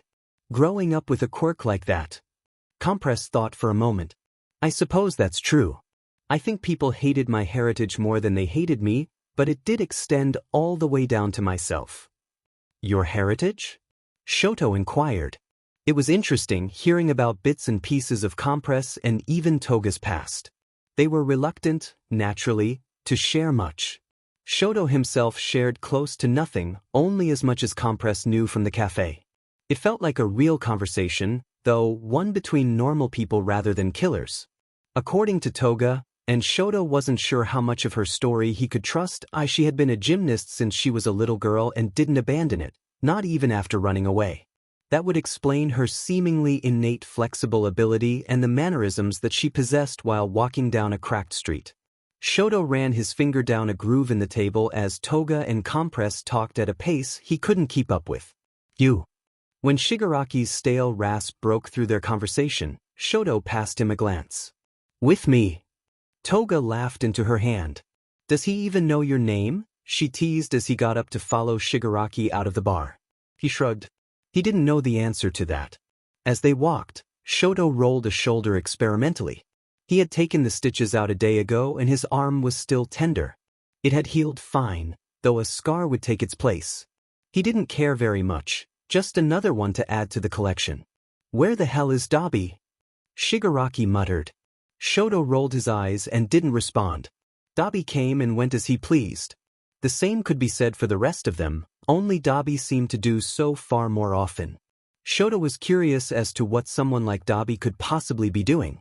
He hadn't committed any flashy crimes, as one might call them, but that didn't mean he should be out of the league space more than inside of it. Unfortunately, there was little that Shoto or Shigaraki could do about it. In order for Kurogyari to get him, he needed to know his location, something neither had. Why do you need him? Shoto asked in the meantime, scratching underneath his scar. Shigaraki didn't sneer or tell him that he asked too many questions, though Shoto was inclined to think he did, if only because he wasn't trusted with enough information. Shigaraki said, "You two need to meet someone." He left it at that and Shoto did too. It made Shoto nervous. He hated being nervous, left in the dark, all of it. It was probably because of the way he couldn't handle Hosu. Shigaraki would be right to think that, of course, but Shoto loathed it nonetheless. Did you try calling him? For your sake, I'm not even going to answer that. Someone turned the corner and Shoto almost ran into him. The coat Shoto wore nearly got caught in his staples. You're calling for me? Dabi mocked with a provoking grin. That's cute. Shoto wanted to scowl at him. He didn't before Shigaraki scoffed. About goddamn time. Where the f have you been? That's none of your business, actually, Dabi said. Now tell me why the hell. Need me so much and I'll consider listening to you. You too, Shigaraki said, all of his contempt wearing off like he was about to tell them the worst thing they had ever heard in their lives, are going to meet the man who makes my Nomu. And in a way he did. Shoto was shocked, yes, but more importantly he was curious in the morbid kind. He hated those fiends from the darkest pits of hell, but to learn that they were truly man-made creations was stunning. They had to come from somewhere, he reasoned. Kurogyari had teleported 3 to the top of the water tower that overlooked the city of Hosu. In his head, Shoto couldn't imagine anyone thinking up those abominations in the first place, let alone having the dare and the gall to create one. Dabi regained the ability to speak first. Sheet. Really? What's the catch? Not a catch, Percy. I doubt either of you will object. Shigaraki's gaze lingered longer on Shoto than it did for Dabi. He either didn't believe his own words or he was waiting for Shoto to hear what the real reason was. Why did Shoto need to know where the Nomu were created? Why meet the man responsible for them? The training camp. It clicked like a switch in his brain. Shoto wanted to hear Shigaraki tell him he was wrong. He tread with caution. That's what our next move is. You want to bring a Nomu along. Shigaraki's eyes creased as he smiled, the scar on the corner of his lip turning up. You will be bringing a Nomu. The doctor will give you both command of it and you'll both utilize it for the purpose of the mission. Sounds like those kids are in for a treat, Dabi said, brushing his thumb against the scar that lined the corners of his mouth up to his ears. Can't wait to see the looks on their faces. I'm leaving the planning to you too. Don't f this up. Shoto stayed quiet, glaring at each of them as they took turns talking. Dabi laughed to himself. Relax, Shig. Everything will be fine. Well. Shigaraki finally forced him to join their conversation and Shoto did so, albeit reluctantly. What do you have to say? Shoto shrugged. He had a hand in planning the mission, so Shigaraki wouldn't be the one standing in the way again. He had no idea that someone so scrawny and whiny would be so insurmountable. Sure. I'll do it. Shigaraki tilted his head, sliding his severed hand back over his face. But I'm getting Kurogiri, so don't go anywhere. Like we have anywhere else to be, Dabi bit back. Shigaraki narrowed his eyes and left back into the bar, leaving Dabi and Shoto on their lonesome in the hallway. Shoto leaned against the wall and stared at the floor. Talking with Dabi, he found, was one of the worst pastimes to resort to. He didn't want to do it again, not while he could still vividly recall Dabi being the one to find him at Hosu's living graveyard. Hey, Dabi said. As much as Shoto loved the silence, he could never keep it for very long when he found himself inside the League's hideaway. He acknowledged Dabi with the lift of a finger, not moving otherwise. He heard him let out a huffed laugh. How old are you? Shoto quirked a brow at the random question that he was accustomed to getting. 15, he said. Out of no real obligation he returned it. Dabi scratched his head before hastily pulling away and rubbing his fingers together. Sheet, what month is it? 23? Yeah, I'm 23. 23, Shoto said, like it was familiar to him. You got a problem with old people? No, not at all. 23 wasn't even old in the slightest. He decided not to tell Dabi that. For a moment, Shoto thought that Dabi was about to grin or laugh, but he just let out a rough sigh. He mumbled something and the only thing Shoto picked up was a low, that getting younger and younger. Dabi didn't say anything more after that. Shoto looked back at the floor. The lab was dark and lit only by the glowing tubes that were filled with some strange liquid. Behind the glass floated inanimate beings, wires buried in their limbs and faces. Shoto didn't know why he wasn't nauseous at the sight. They just didn't look human enough to feel bad for them. Are they in pain? He asked. He couldn't find himself caring about the answer, even if it was the worst of the two. It made him grip his arm as he walked around. They're dead, Shigaraki said, the last of them to step out of the portal. They don't register pain, not as something that can stop them. Shoto barely turned his head. But they can move. The doctor calls them artificial humans. They don't feel pain, but wounds can slow them down. Think of them like disposable party members. When you have a stronger one, you replace the weakest link. Who's the doctor? Dabi cut in, still admiring and passing by test tubes as he stepped over thick cables scattered on the ground. He even tapped the glass of one of them, clicking his tongue at one of the unconscious Nomu like it was a pet. It didn't react. Of course it didn't. Dr. Ujiko, Shigaraki said. He'll be here soon to give you both the superiority of the chainsaw Nomu. Shoto would have liked to know where Shigaraki found this doctor. Considering the clear ethical violations going on in the underground laboratory, Dr. Ujiko didn't seem like the most reliable medic. Corruption existed in every nook the world had to offer. Who was he to say it ended with heroics? Dabi looked away from the Nomu to peel back a smile. I like the sound of that. A Nomu twitched in its confinement and Shoto moved away.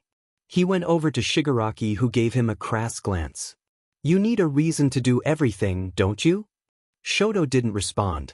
He put his hands in his pockets and balled them into fists. Just tell me what the target looks like. Shigaraki was gruff as he handed Shoto a photo made him look back at the row of Nomu. It would be so easy to sick them onto an unsuspecting hero and rip them to pieces. All it would take is a single order. Such beasts Shigaraki's doctor had created. He took the photo from Shigaraki and glossed over it. Katsuki Bakugo was tied up with heavy restraints, a muzzle even wrapped over his mouth. He looked angry, though at what, Shoto wasn't sure. He was standing on the tallest pedestal in between two other students, one of them looking at him with a bit of surprise ruffling the feathers on his bird-like face. What he shouldn't have focused on at all was the one standing on the second-place pedestal, arms wrapping into himself and looking at the floor instead of at Bakugo. If Shoto had to guess from the picture alone, he would say that Midoriya was guilty about something. The only thing he could think of was that he had let Bakugo win their match. Bakugo seemed like the type of person to get emotional over something so trivial, considering the predicament he had been placed into after winning the sports festival. He hated to admit it, but Shigaraki had chosen a rather promising target. Being restrained like that in front of a national audience was humiliating from every perspective, perhaps save for Bakugo's himself. He certainly didn't look very humiliated. That didn't change the fact at hand, being that a young first year was treated like a wild animal. It was a new low for the heroes to decide that that was the only measure they could take, and then following through on it. Shoto tapped the photo against the side of his finger, pressing his tongue to the roof of his mouth. He hummed and gave it back to Shigaraki. He's interesting. He didn't want Shigaraki to get the wrong idea. He still thought that kidnapping students was beneath him, but Shigaraki had chosen right this time. The heavy door slammed open and Shoto blinked. The doctor walked in. Shoto expected someone taller, to put it crudely, but Dr. Ujiko was a portly man with a round frame, his long, white coat kicking at his heels as he made his way towards them. "Get away from my children," he demanded with a cracked voice. Dabi tilted his head at him with a very disrespectful leer before going to stand by Shoto. "Thing maniac," he said so that only Shoto could hear, and he was inclined to agree with that assessment greatly. Shigaraki intervened before Dr. Ujiko could get closer. Shoto didn't think that he would be able to do any real damage to Dabi or Shoto, seeing as he was an old man and several inches shorter than both of them. "These are the ones leading the operation," Shigaraki said. "Give them the chainsaw Nomu." "Frankly," Ujiko scorned, "I don't like the idea of letting my precious Nomu fall into such filthy hands. Look at them, Tamir. Do you really think a child and a man whose skin will fall off if you take out one of those puny staples can do it?" Shoto slid his gaze over to his leader. What did he think of having Shoto not only lead a mission, but share command with someone as difficult to work with as Dabi? "I don't care," Shigaraki snarled. "Do as I tell you, doctor, or you'll find yourself inside one of those tubes, and I'll make sure you're awake for it all." Dr. Ujiko wasn't perturbed by the warning. Shoto typically wasn't afraid of Shigaraki, but looking at the dozens of Nomu resting in the liquid and waiting for orders, he felt as though Shigaraki would have no problem following through on such a warning should it be directed at someone especially powerful who crossed him. "Fine." Ujiko stalked towards one of the furthest Nomu, typing into a keypad and flipping a padlock open. Shoto and Dabi followed him over when he pressed onto a button. A jet stream of bubbles flooded into the tank and the Nomu came alive, thrashing against its restraints. It opened his eyes and stared blankly at them. Shoto tucked his hands behind his back as he watched it. "You will take orders from these two and these two alone, Nomu," Ujiko said. The man touched the glass with the gentleness of a parent and Shoto forced down a distasteful cringe. "Shoto and Dabi are their names." The Nomu didn't respond. Its unseeing eyes pierced Shoto until something was lowered into the tank and placed over the Nomu's head. It covered up its roomy stare and put a steel GG over its mouth for it to bite into. It had multiple arms protruding from its body with no hands to go along with them. As Shigaraki had alluded to with its name, each arm was the dangerous end of a chainsaw. Shoto wondered if they could be turned on or if they were simply there to slice at whoever they told it to. "It will follow your directions," Ujiko finished. Shoto thanked him and Dabi didn't. Ujiko didn't want to see either of them in his lab again. Shoto was fine with that. He wanted to get out of there as fast as he could, which wasn't fast enough. "Aren't you the youngest one here?" "Yes."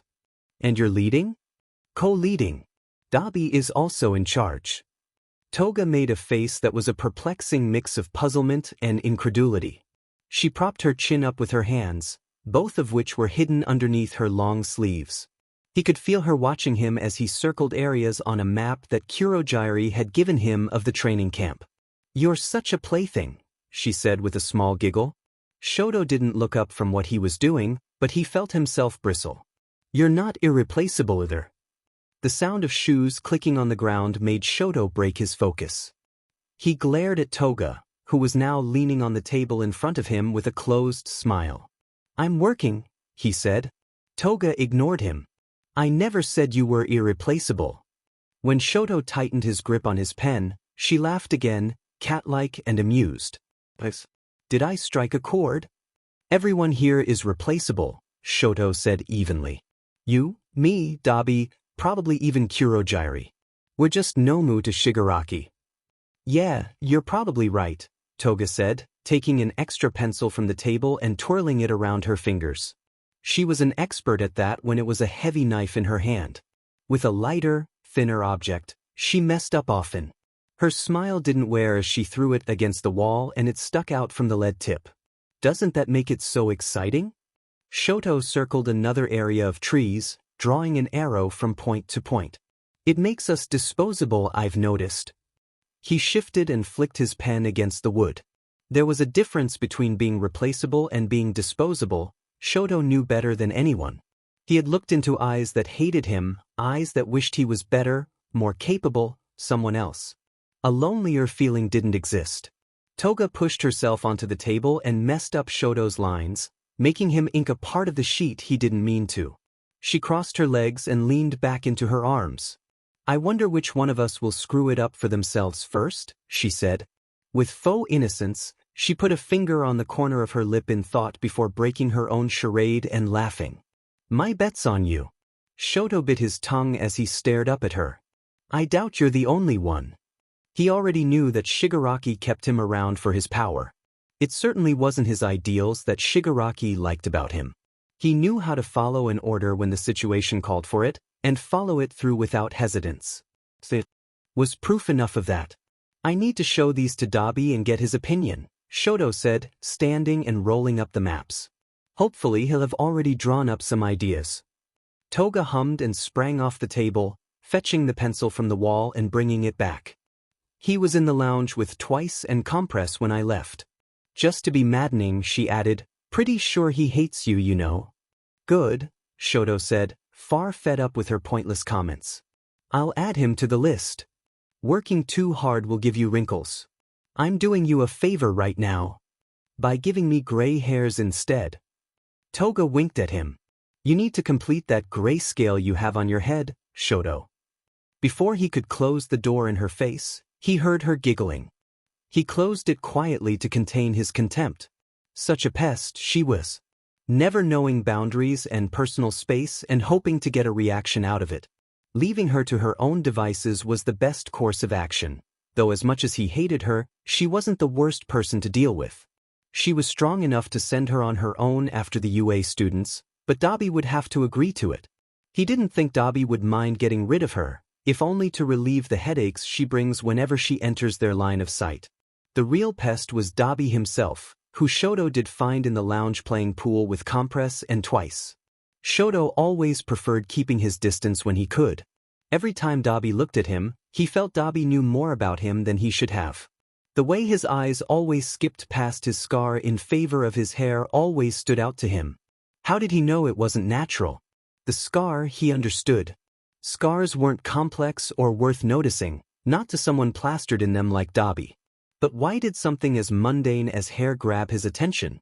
Between him and Toga, he was the bigger oddity. Shoto didn't even want to attempt to decipher him. That required far too much exertion and interest that Shoto wouldn't dare spend on Dabi. Shoto waited for him to finish roughly knocking the red ball into a hole in the corner of the table before showing him the maps. Each move is numbered and labeled for time and the member participating. "Do you have any objections?" Dabi scanned it with drooping eyes, as if reading a painfully boring research paper on why the sky was blue. "I'll let you know my ideas after this game." "You should join," Twice offered, giving him a friendly wave and tossing him a K. "But who cares really?" he tacked on. Shoto stared at the K blankly. I don't know how to play. He didn't want to play. This wasn't what he came for. It was the wrong thing to tell them. Compress gave him a smile and pulled him over to explain the rules that flew over Shoto's head. He was too busy looking at the papers Dobby had tossed onto a chair next to a coat rack that was holding a plethora of their jackets. We needed a fourth player anyway. Do be a gentleman and accept, dear. Compress wiped the tip of his K before giving it back to Shoto. Shoto mumbled to himself as he stepped up to the table, leaning forward to try his best to line up a shot. He tried to hit the green one in, but he missed. Predictably, of course, though he was still vaguely disappointed with himself. No one's good on their first go, Dobby said. You'll get better. I don't care about getting better. I need you to tell me yes or no to those plans. In that case, no. They're not gonna work. Shoto folded his arms. Then will you tell me your ideas? Or will you just refuse to use mine? Dobby matched him. Whichever makes you angrier. You're impossible, Shoto said. He gave his K back to Compress and took his maps back with him to his room. Twice said a happy parting to him, but he couldn't be bothered to look his way. He dumped the papers onto the desk and fell backwards on his bed. He was acting like the child he had outgrown years ago, but the softness was enough of a replacement for him to forget about that. There wasn't enough room inside of him to care. The more he lingered on it, the more Shoto realized how unconventional the league was from what he thought it would be. This wasn't what he expected he would be resorting to under the promise of achieving his goal. Kurogyari had said that he and Shigaraki wanted the same thing, but only one of them was moving towards the proper means of taking it. He still couldn't believe that kidnapping a student was the proper means, but if Katsuki Bakugo agreed to join them, surely it couldn't have been wrong. Shoto sat up and grazed his head. He thought that he could sharpen his clarity once he joined the league, but he's only ever become unsteady. The people around him were the same as him. He was not the same as them. Someone knocked on his door. Shoto couldn't give permission before Dobby came inside anyway. You should lock your door, he said. What do you want? Shoto asked, rising to his feet. Dobby glanced at the papers on his desk with a snarky grin. I thought you'd be happy to see me. There isn't one person in this world who would ever be happy to see you. With that, Dobby shrugged and picked up his notes, reading them closely. Shoto stood behind his shoulder, rereading what he'd written. When Dobby didn't say anything, Shoto hated how inadequacy bubbled up in his chest and into his throat. He stamped it back and buried it, turning a glare over to Dobby before taking a step back. He didn't need Dobby to like his plans, he only needed a bland stamp of approval or proper critiques. Something that would get them somewhere with the planning stage. This is garbage. Then do something about it. Dobby assessed Shoto instead of his work now, frowning deeply. We're both used to working alone, I guess. Your ideas reflect that pretty DMN strongly. Shoto tilted his head forward because finally, progress was being made. They could implement the orders into the Nomu tomorrow if they worked hard enough tonight. Show me what you have in mind, he said, getting new sheets of paper and a pencil for Dobby to write on. He was almost shocked when Dobby didn't rip the page up and tell him he had nothing, that he only came by to tell Shoto his plans were stupid and leave. Dobby took the pencil and copied down the map of the forest with rough outlines, but they were tangible enough. You were right about the leech. Dobby pointed at Toga's name. She can handle herself fine, probably. But the rendezvous point should be here. Shoto watched him circle spots and curve arrows towards where they would be meeting up and at what times they should be attacking certain areas of the camp. He was oddly fluid, absorbing information as it came. He reminded Shoto of Endeavor whenever he needed to watch his father work to learn how to form a hero operation in a future he didn't know he wouldn't have. Shoto never learned how to work as a team. Dobby didn't either, he noticed. He was spitting out useless words that didn't make sense to him, but could work in theory. Theories, though, meant nothing if they didn't work in practice. Twice and I will take care of the teachers in the building. Magna and Spinner will be fine going up against any of the remaining heroes. Dobby gave him a smile. You'll be by yourself too. You know your job. Wring them dry. Shoto nodded. He knew. He would not be slaughtering students. That didn't mean they wouldn't bleed. Should we go tell the Nomu? I'll do it. Dabi rolled his eyes and snickered at Shoto's scowl. Don't give me that look. I'll make sure it only goes for the pros' necks. I don't need any kid's blood on my hands too, you know. At least there was that. Shoto would still be ordering the Nomu himself, despite Dabi's assurance. He didn't believe for a moment that Dabi was against the same things Shoto was. So, Dabi drawled, hanging about in the frame of the door. Shoto paused. Every hero is on the table now, huh? Shoto glanced at him. Any hero that gets in my way is an enemy. Dabi chuckled quietly and closed the door, like he thought Shoto would eat those words someday. Shoto approached his desk with the new set of demands written in pencil. He rolled his old ones up and tossed them in the trash can. Damn it. Plus. Izuku was pleasantly surprised to hear that even the ones who failed their exams would be joining them on the trip to the training camp. He wouldn't have been one of those people anyway, but he was happy that they would be tagging along. Aizawa always had exceptions, though Izuku wasn't partial to them since they wouldn't apply to him.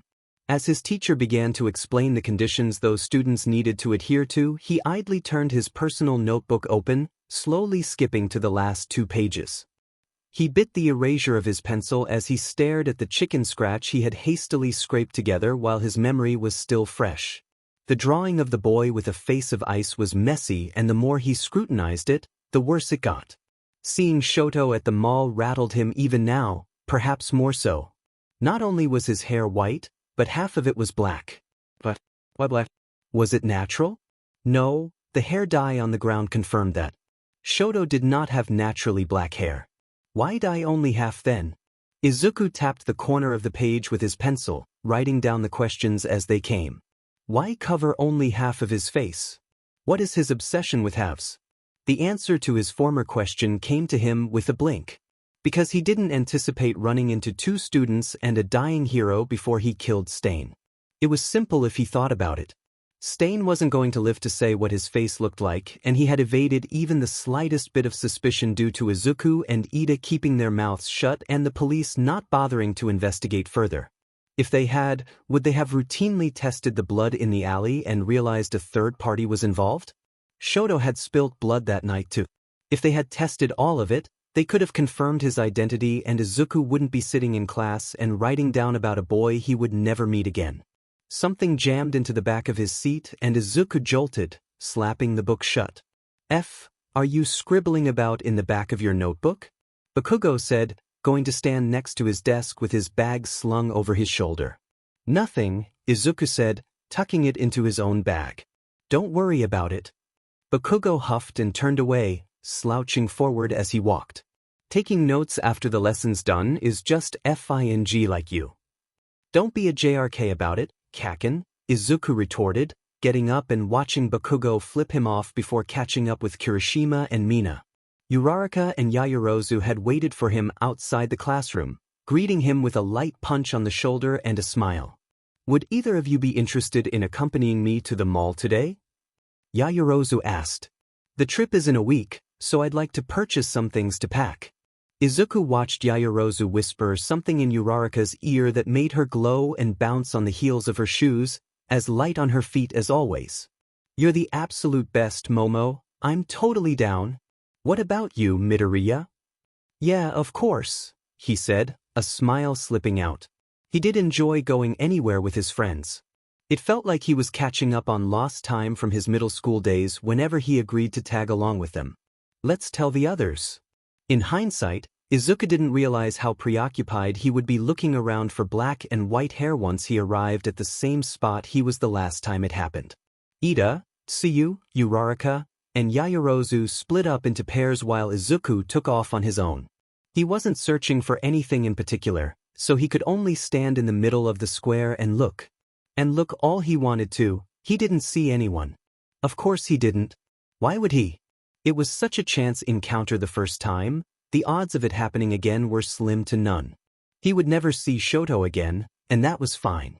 Perfect, actually, because it meant that he wouldn't be getting tangled up in business that was too big for him to handle. He was a student who should focus on his studies and gathering clothes and supplies for his school's training camp. What he should not be doing is trying to hunt down a killer. What he really should not be doing is allowing himself to get consumed by the mere notion of some villain. Villain? That didn't sound right when it stroked through his head. Shoto didn't seem like a villain. Villains didn't typically go around killing other villains. Those titles were reserved for vigilantes. Was Shoto a vigilante? It sounded nicer than villain, even if he really did look like one. A villain. A vigilante. A vigilante who killed villains. Heroes killed villains, too, but it was only under the most extreme of circumstances. Izuku wondered who else Shoto had killed. He could be a villain who's killed families for the fun of it. He could be a villain who commits crimes for the drag-like thrill.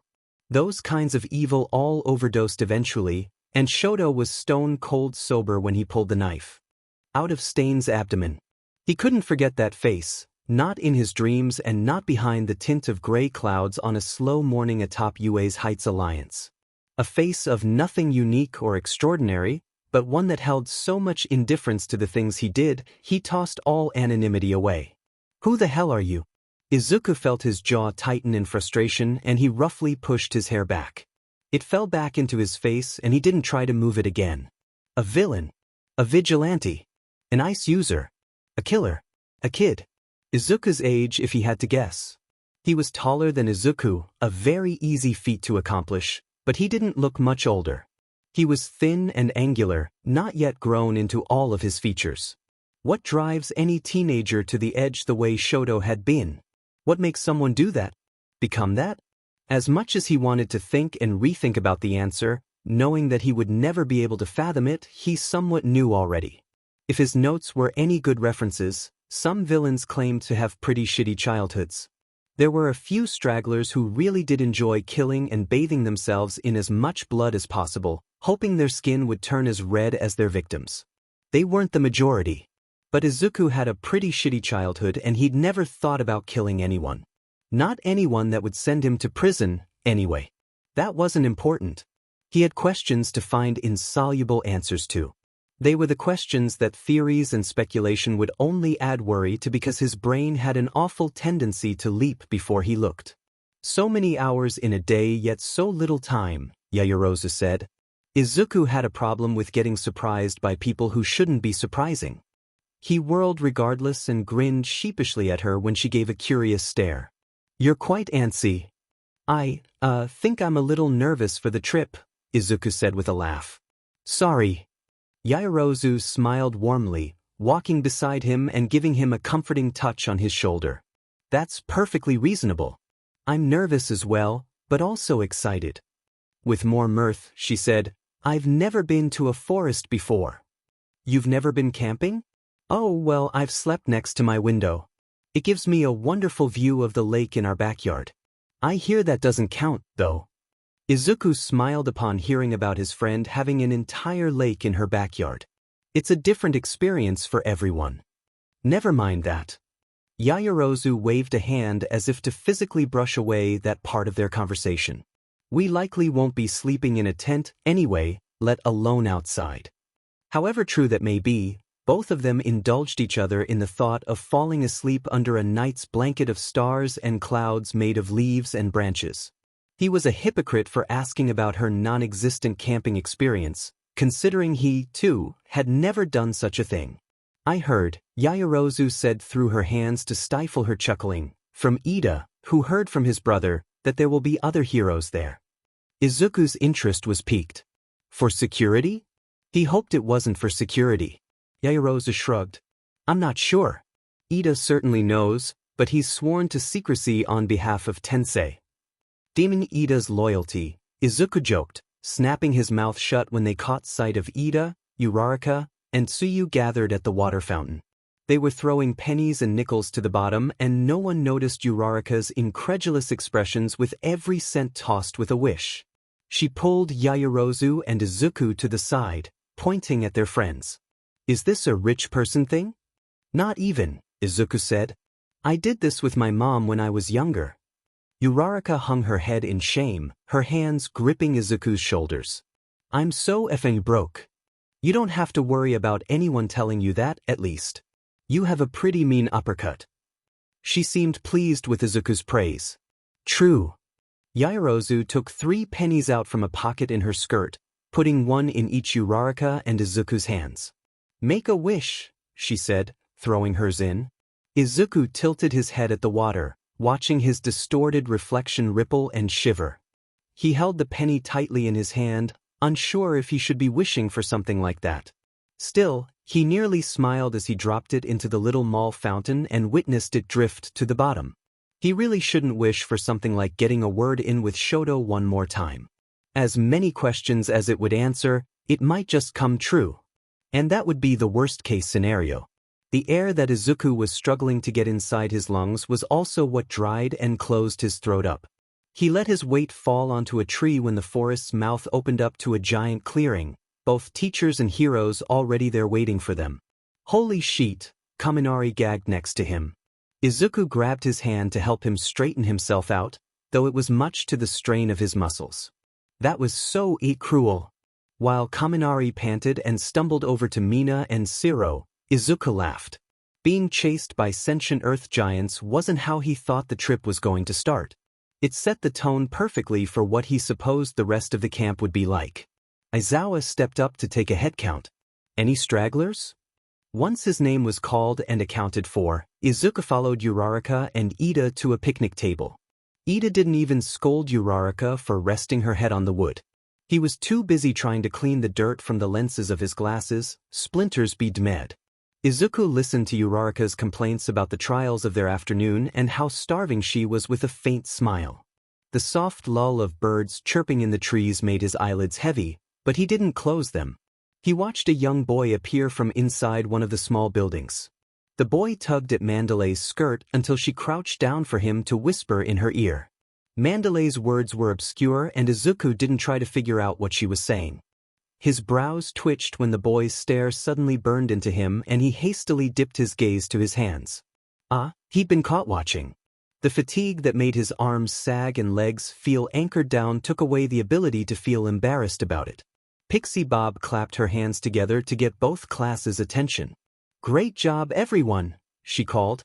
"That was wonderful work, I commend you. Dinner will be served in 2 hours. In the meantime, you'll be guided to your sleeping quarters. Take the time to shower and rest." She and Ragdoll conversed for a few quiet beats before she spoke again. "Training begins bright and early. Make sure you're out and about by 6. 6. Uraraka whined into her arms. "I'm not gonna make it through the week." "We signed up for this," Ida lamented. "We must see it through to the end." Izuku agreed with Ida, but he felt the same way as Uraraka. He looked over at Tiger and Ragdoll talking animatedly to a few 1B students who were wilting with exhaustion at their table and grinned beneath the cover of his forearms. All of it was for Izuku and everyone else's sake, so he wouldn't get upset. If they wanted to be heroes, they needed to learn to adjust. "These kids look nice, right, Koda? Let's go talk to them, maybe make some friends." Izuku and Uraraka picked themselves up at the same time when Mandalay approached them, the small boy following her with reluctance dipping on his face. "Hey there," Uraraka said, raising her hand to wave at him. Mandalay laughed sheepishly. "This is my nephew, Koda. Would you mind keeping him company for a few minutes? I gotta tidy up the baths, but I won't be gone long at all." "It's not a problem, ma'am." Ida jumped in, as eager to please as always. Mandalay faced Koda once more. "Don't run off, kiddo. I'll be back."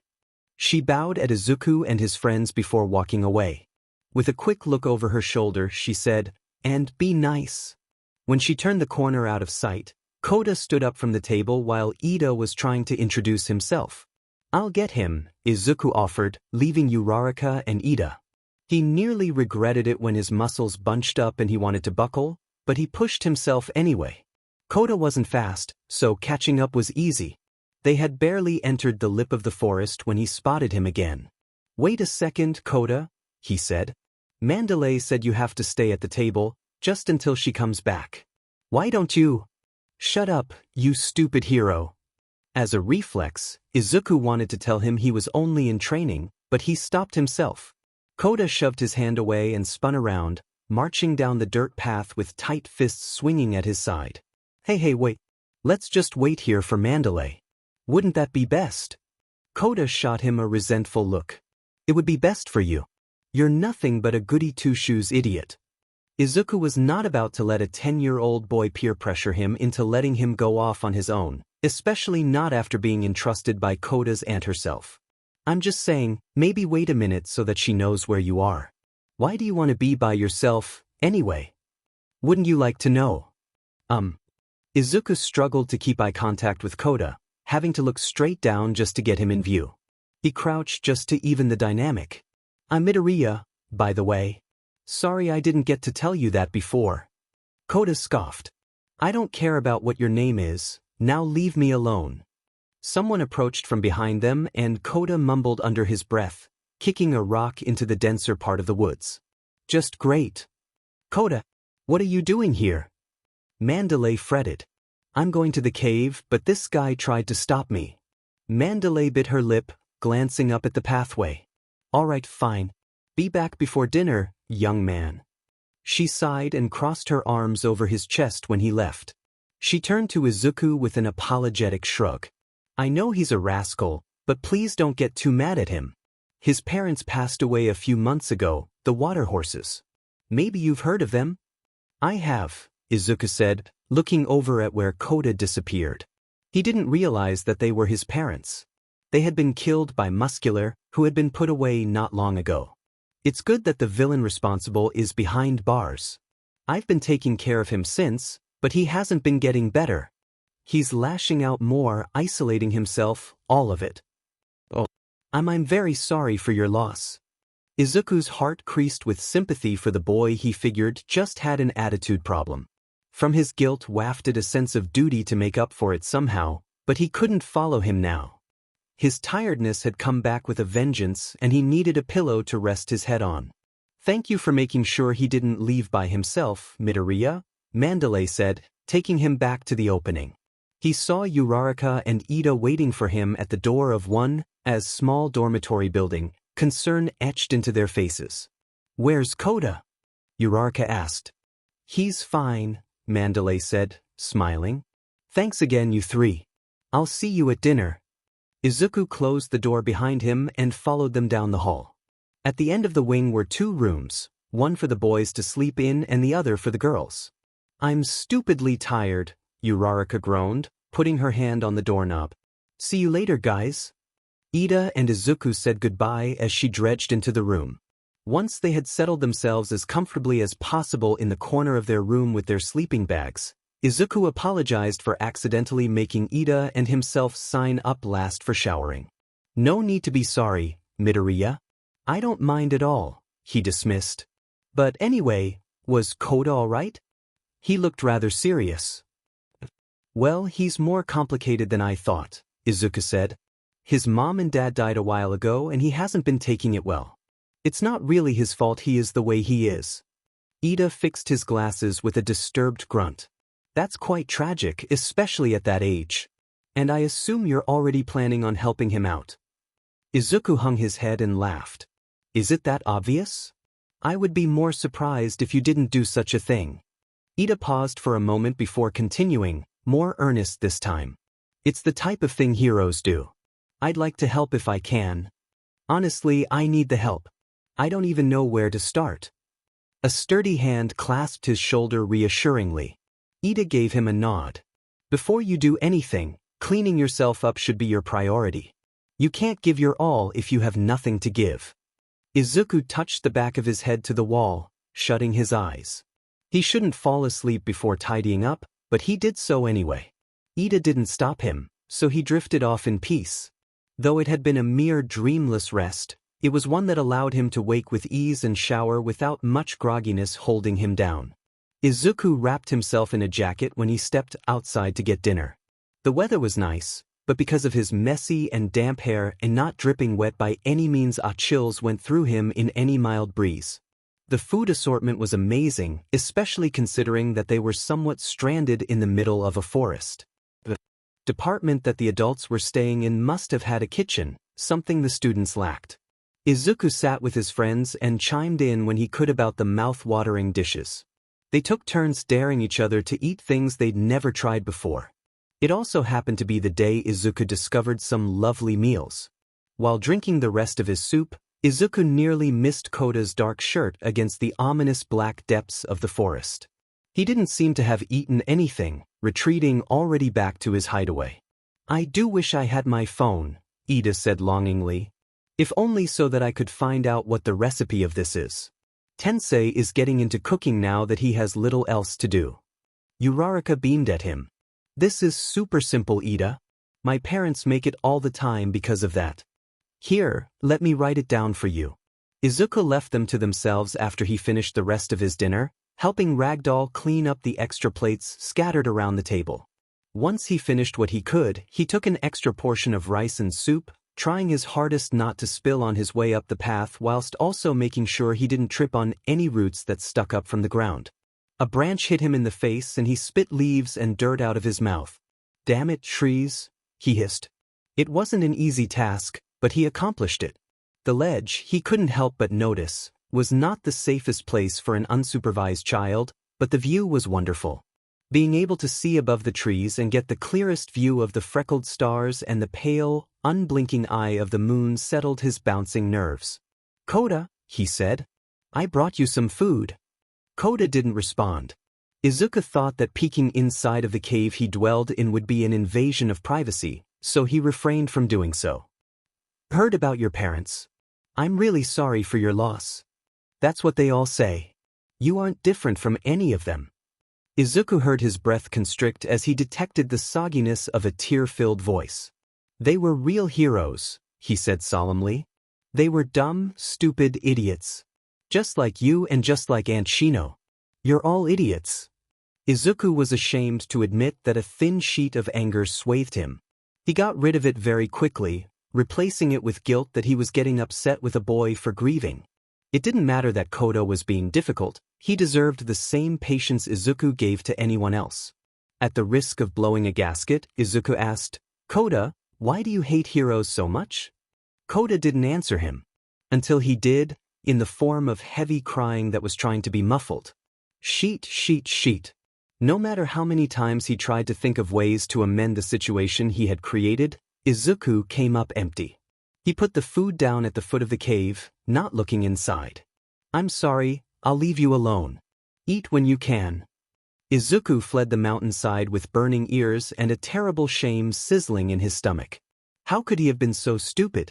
Who asks a child that after they lost their hero parents? Even though he still felt the need to help Koda, even just a bit, he would leave him be for now. Considering he may have burned that bridge before he could cross it, trying to pretend nothing happened wouldn't be appropriate or fair. Ida saw him coming back and waved him over. "How did it go?" "I'm an awful person," they said each at the same time. Ida gave him a quizzical tilt of the head while Izuku wanted the ground to pull him under and never let him out until everyone forgot about him and his horrible existence. "Surely it didn't go that bad," he encouraged. "You don't strike me as the type to be bad with children." Izuku shook his head. "Me too. But I screwed up so badly. I feel as though you're exaggerating a bit. Let's talk about it inside." "No, I don't want to be surrounded by people listening in on how I made a little kid cry." Ida's mouth was left agape slightly and Izuku grimaced. They sat down on one of the empty tables, very few students still outside and milling about. Ida kept his usually loud voice to a minimum. "You made him cry?" "Well, I mean, I didn't make him cry. He was already crying when I got there, I think, but I didn't make it any better." "You made who cry?" "No one," Izuku said fiercely at the same time Ida said, "A child." Izuku glared at him while Ida raised his hands, surrenderous. Uraraka had her lips pursed and eyebrows raised in surprise at their contradicting statements. "Sorry I asked?" Ida explained the situation while Izuku buried his face into his arms, though he was still listening to make sure he got everything perfectly right. When he finished, Uraraka sat next to Izuku and gave him a comforting squeeze on the shoulder. "Don't look so gloomy. It's CKS, but you just gotta try again."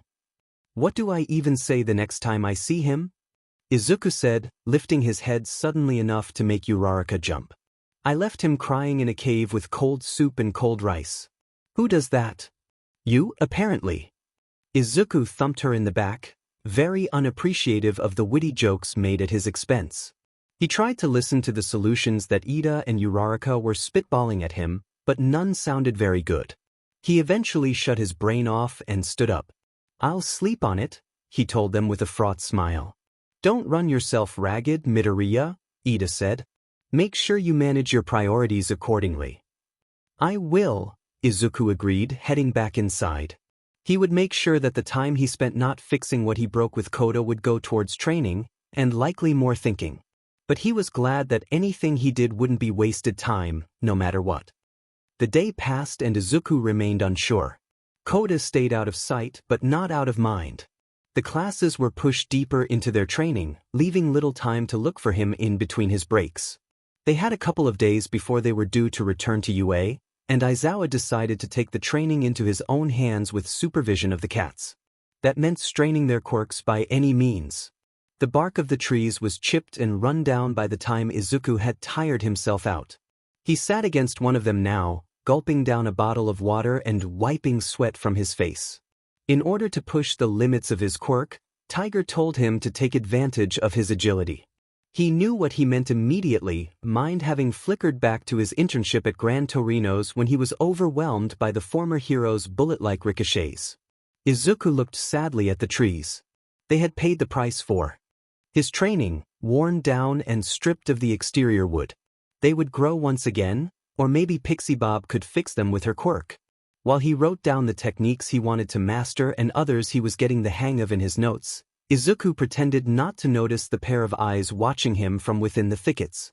Izuku wasn't alone at the moment, surrounded instead by his classmates and students of 1B, so Koda could very well be staring at anyone. But however narcissistic of him, Izuku had a bit of a gut feeling that Koda wasn't interested in anyone else.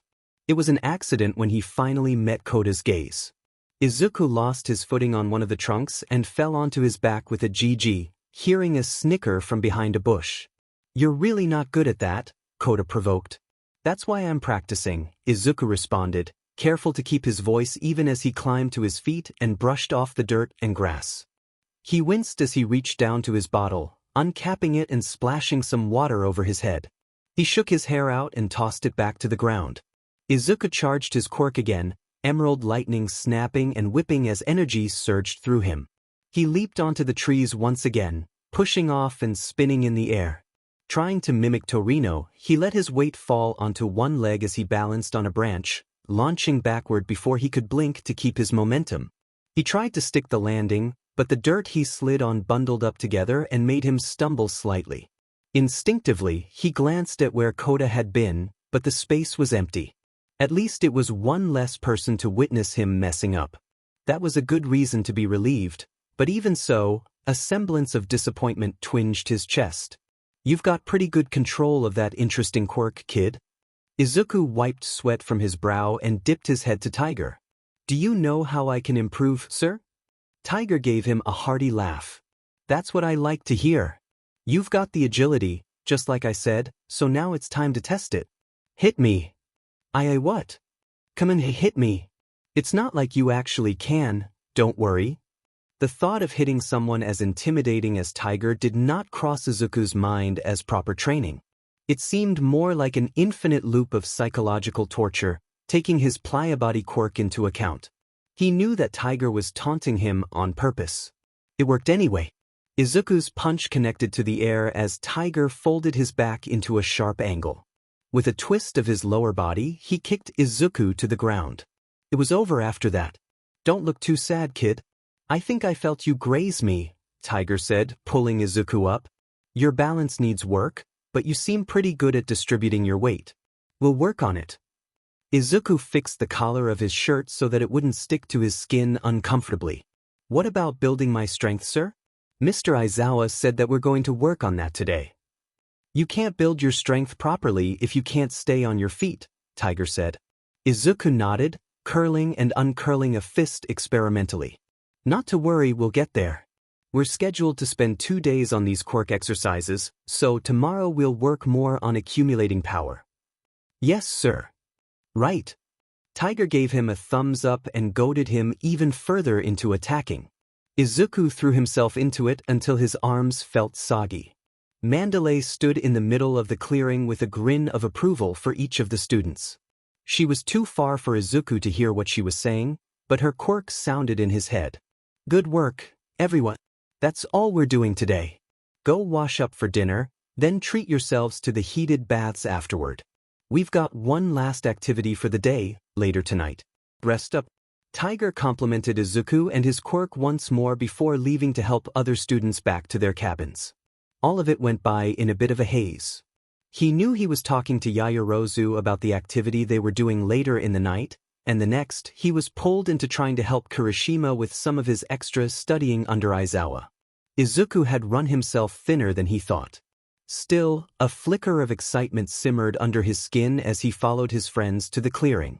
The one thing he noticed was the absence of Koda, even from behind the corner of the building. We haven't actually been in the forest yet, other than when we arrived, Tsuyu said aloud, tapping her chin. No one could speculate any further before Ragdoll and Pixie Bob brought a fishbowl out with slips of paper piled inside. Half of each class will step up to pick a name. That will be your partner for this test of courage, Pixie Bob began to explain. Class 1A will be first, Ragdoll said. 1B will get 30 minutes to hide along the hike trail and do their best to scare the pair of 1A students, who are looking for name tags hidden by Mandalay. Once they get to Pixie and I with those tags, they are safe from any more frights and are free to go the rest of the way in peace.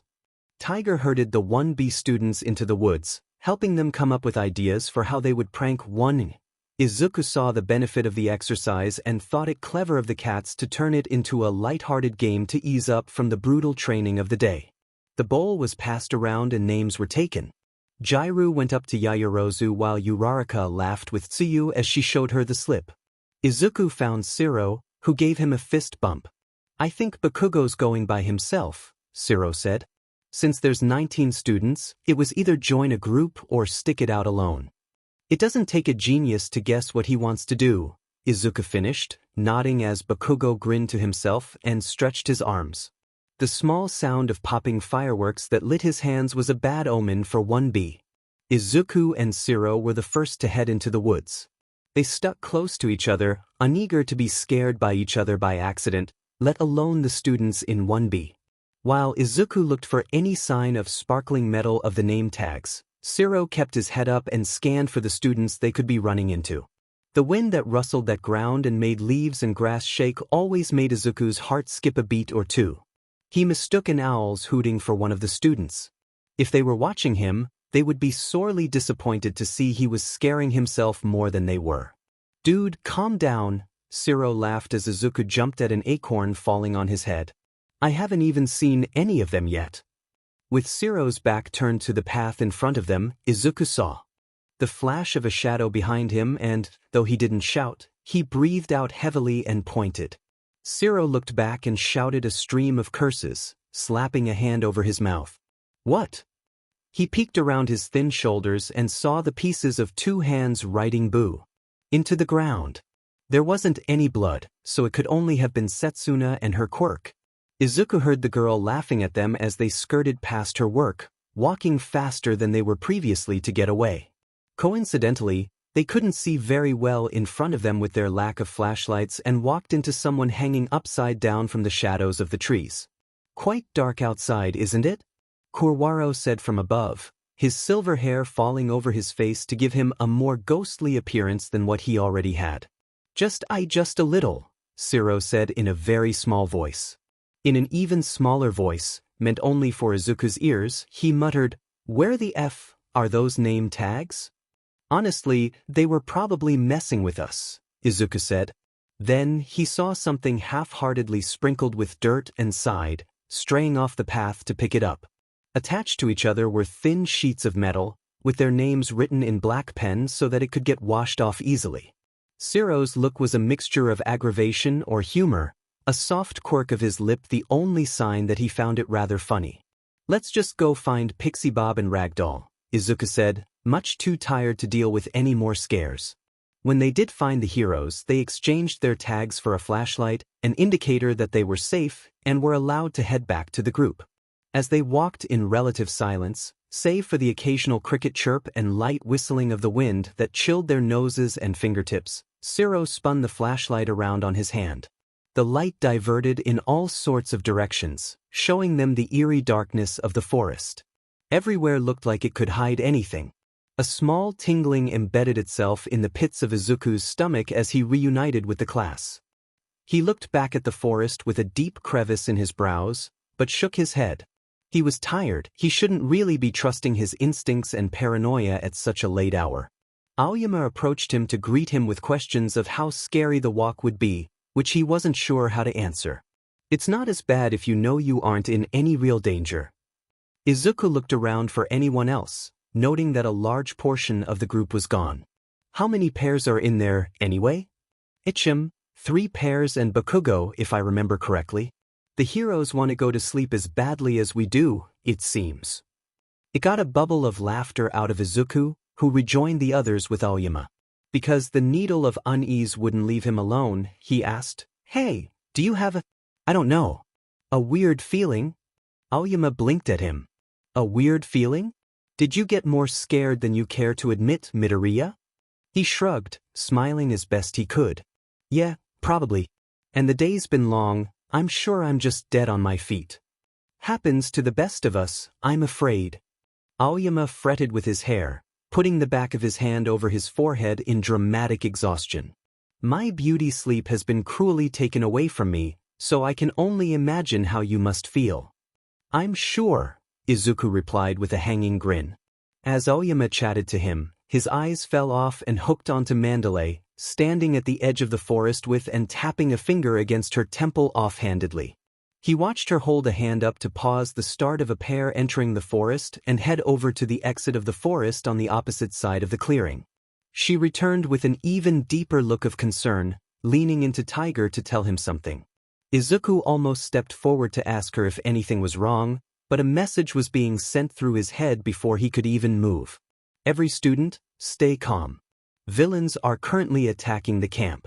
If you are out in the forest, return immediately to the base and without delay. By any means, do not engage. I repeat, do not engage." Sheet.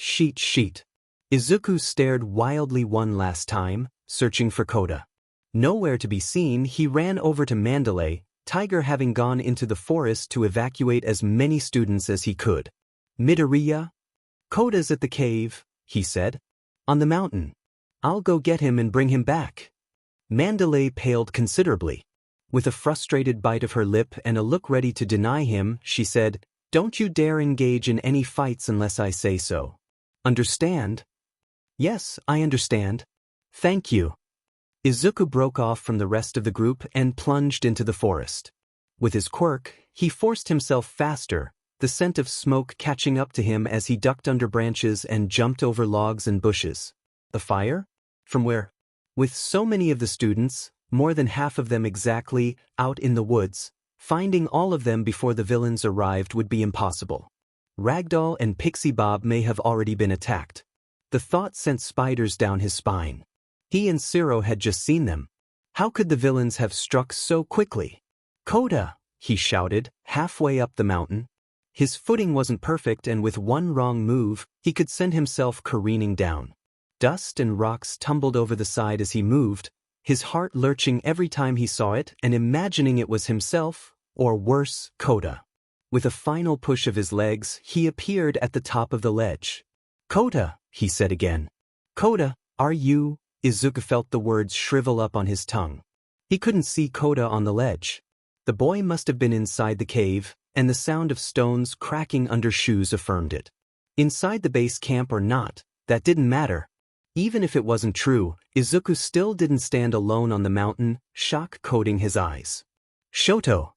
Shoto's face was covered just like that night, with ice glistening under the stars. The piercing eye that he had shown sharpened upon hearing his name. "Oh, it's you." Everything about him was freezing and lifeless. The story his expression told was one of impassivity, though not vacance.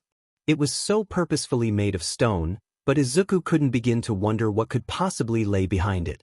Izuku lacked the words he could think to say to him. There he was, standing in front of him and making no moves to attack despite the severity of the situation.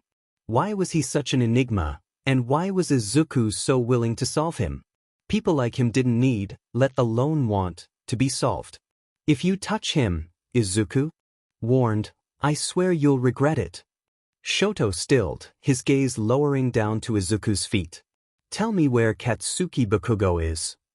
Izuku rocked on the spot, taking an unconscious step back. Nothing about Shoto's gaze altered. What's your plan? You've got no reason to kill him. He tried to project his voice past himself, but the revelation disturbed him. You're not alone, he said. It's the League that's with you, isn't it? That's your answer? Izuku felt the rock and dirt underneath his feet get harder, like it was suddenly made of diamond. He looked down. Ice sprang from nowhere, grabbing onto his legs and holding him by the knees. Izuku was barely able to grab his quirk and break himself free before another chunk of ice barreled towards him, catching him in the shoulder before he could get out of the way. Blunt pain unraveled in his collarbone and down to his elbow. Izuku held it as he climbed to his feet. Shoto was regarding him silently, not moving towards him. Apologies. He let out a quick breath of air, frost glittering past his cheeks. I thought you were faster. Izuku nearly laughed against his will, covering it up with the sparks and static of One for All and dropping low to the ground. He couldn't leap into the air. Shoto was too coordinated with his ice for that.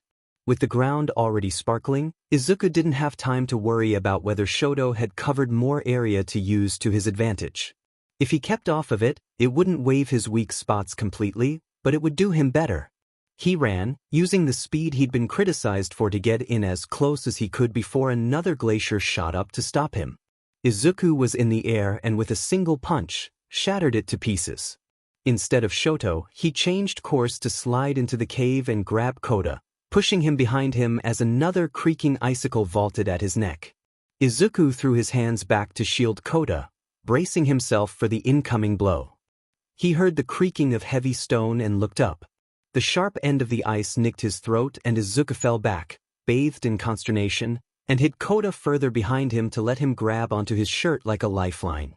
Shoto was there, staring Izuku down with something new in his face, no longer empty and bottomless but perhaps something like recognition.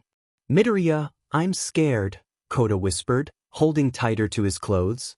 It's okay, Izuku said, sparing a hasty glance with a smile. I'll protect you. Protect him? Izuku didn't flinch when Shoto spoke. He wanted to, only because of how unfamiliar his tone was.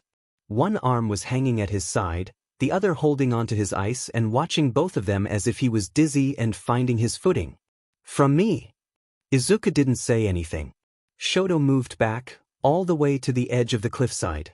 He twisted around to get a better look.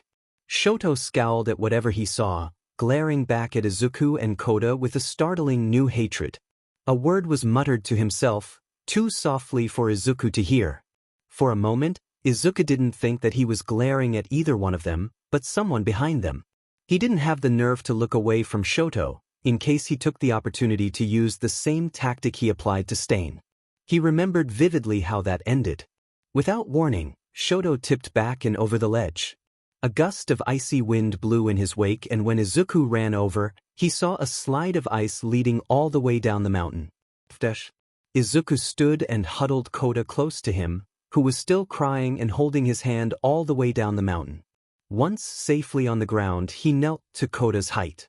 Are you all right? You knew his name, Koda said, sniffling and struggling to get a proper breath in. Not for the reasons you think, Izuku assured. Trust me, I don't know who he is. I only know his name. He's a stranger. A villain? Izuku hesitated, holding Koda's shoulders lightly but breaking his gaze to look away. Shoto was here to do something to Bakugo. He didn't know what, but his friend was a target of this attack. And Shoto was a part of it. Even if he stopped himself from hurting Izuku, that didn't mean he wouldn't hurt anyone else. He dragged his eyes back up to Koda's shining dark ones. He nodded, once, too slow. Yeah. A villain. Shoto held his arm up to shield his face from the blowing wind atop the mountain. Overlooking the training camp, he narrowed his eyes at the roof of one of the bases. The Nomu let out a low, rippling growl and dug its chainsaws into the ground, tearing dirt up. Dabi glanced at it with a cold eye and it keeled over obediently. Beautiful night, he grinned, not staring at the stars that blinked down at them, but the trees obscured the ground and only a void of a horizon that stared back. We're not here to sightsee, Shoto said. Toga laughed next to him, twin knives in her hands and even more strapped to her legs, along with syringes and tubes. Her mask hid her nose and mouth, but even the way she designed it, it looked like it was an animal smiling. Such a downer show. She bumped his arm and Shoto shook her off. He distinctly remembered never giving her permission to shorten his name. Just enjoy the moment, Kay? Coils of purple fog began creeping down the cliffside, spilling into the forest beneath them and slowly swallowing the foliage as it made its way to the UA bases. There they are, Dabi said, nodding at the figures approaching. Shoto saw 4 new faces appear before the League. One of them was a burly woman with a thick bar of metal carried under her arm. The others were shorter than her, one a mutant with the body and face of a lizard and a shock of violet hair pushed out of his face by a rag tied around his eyes. Beside him was a thin man in a typical black high school uniform and a gas mask covering his head, red-tinted glasses obscuring even his eyes. A holster was wrapped around his waist, sporting a pistol that Shoto didn't mention. The fourth of them was a man who came from children's night terrors. The straitjacket he wore went over his eyes and nose, metal clamps holding his mouth open and saliva dripping down his chin. His teeth shuddered and convulsed unsettlingly. You must be Magna, Spinner, Mustard, and Moonfish, Shoto said, nodding once. Sorry for the delay, Magna said. Mustard's got the gas in place. All right, let's get a move on, Twice urged, taking a step forward. Shoto raised his hand to stop him. Remember the K.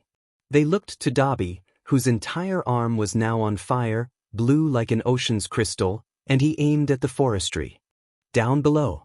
Shoto blinked away the memory of buildings caving in on themselves to admire the impalpable beauty of the flames.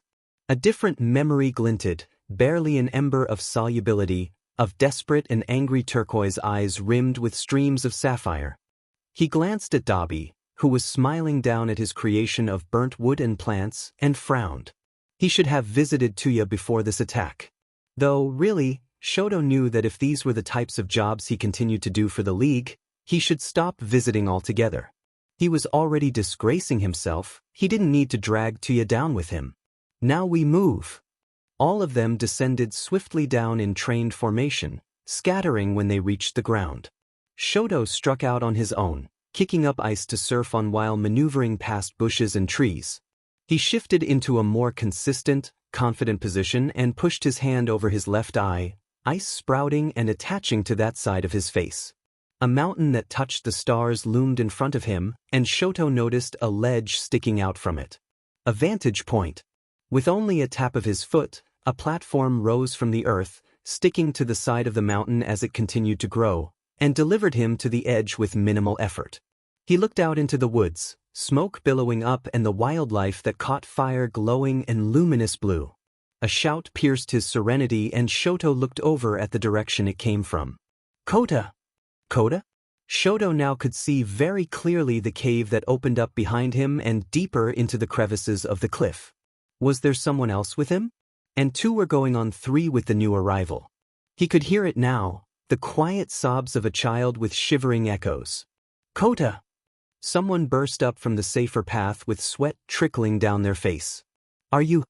Viciously protective eyes widened with thunderous shock the moment Shoto's went slack once again.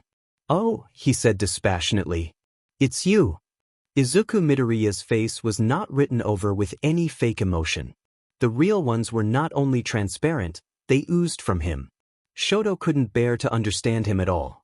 In what Midoriya could surely only conclude to be a dangerous situation, he still had no issue showing his hand.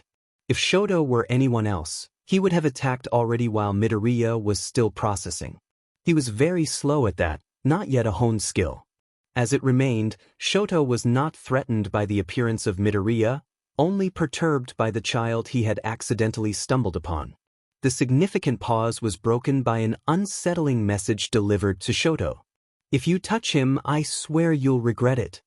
Shoto considered that and discarded any outcome where it was true. He wouldn't go after a kid, anyway, and he wasn't sure Midoriya could even beat him in a fight. The uncertainty made him curious, but he whittled it down to nothing. His eyes ran over the dirt, up to Midoriya's feet. It was a subtle and thin sheen, but it would work wonders. It would be unfair of him to not provide Midoriya an out.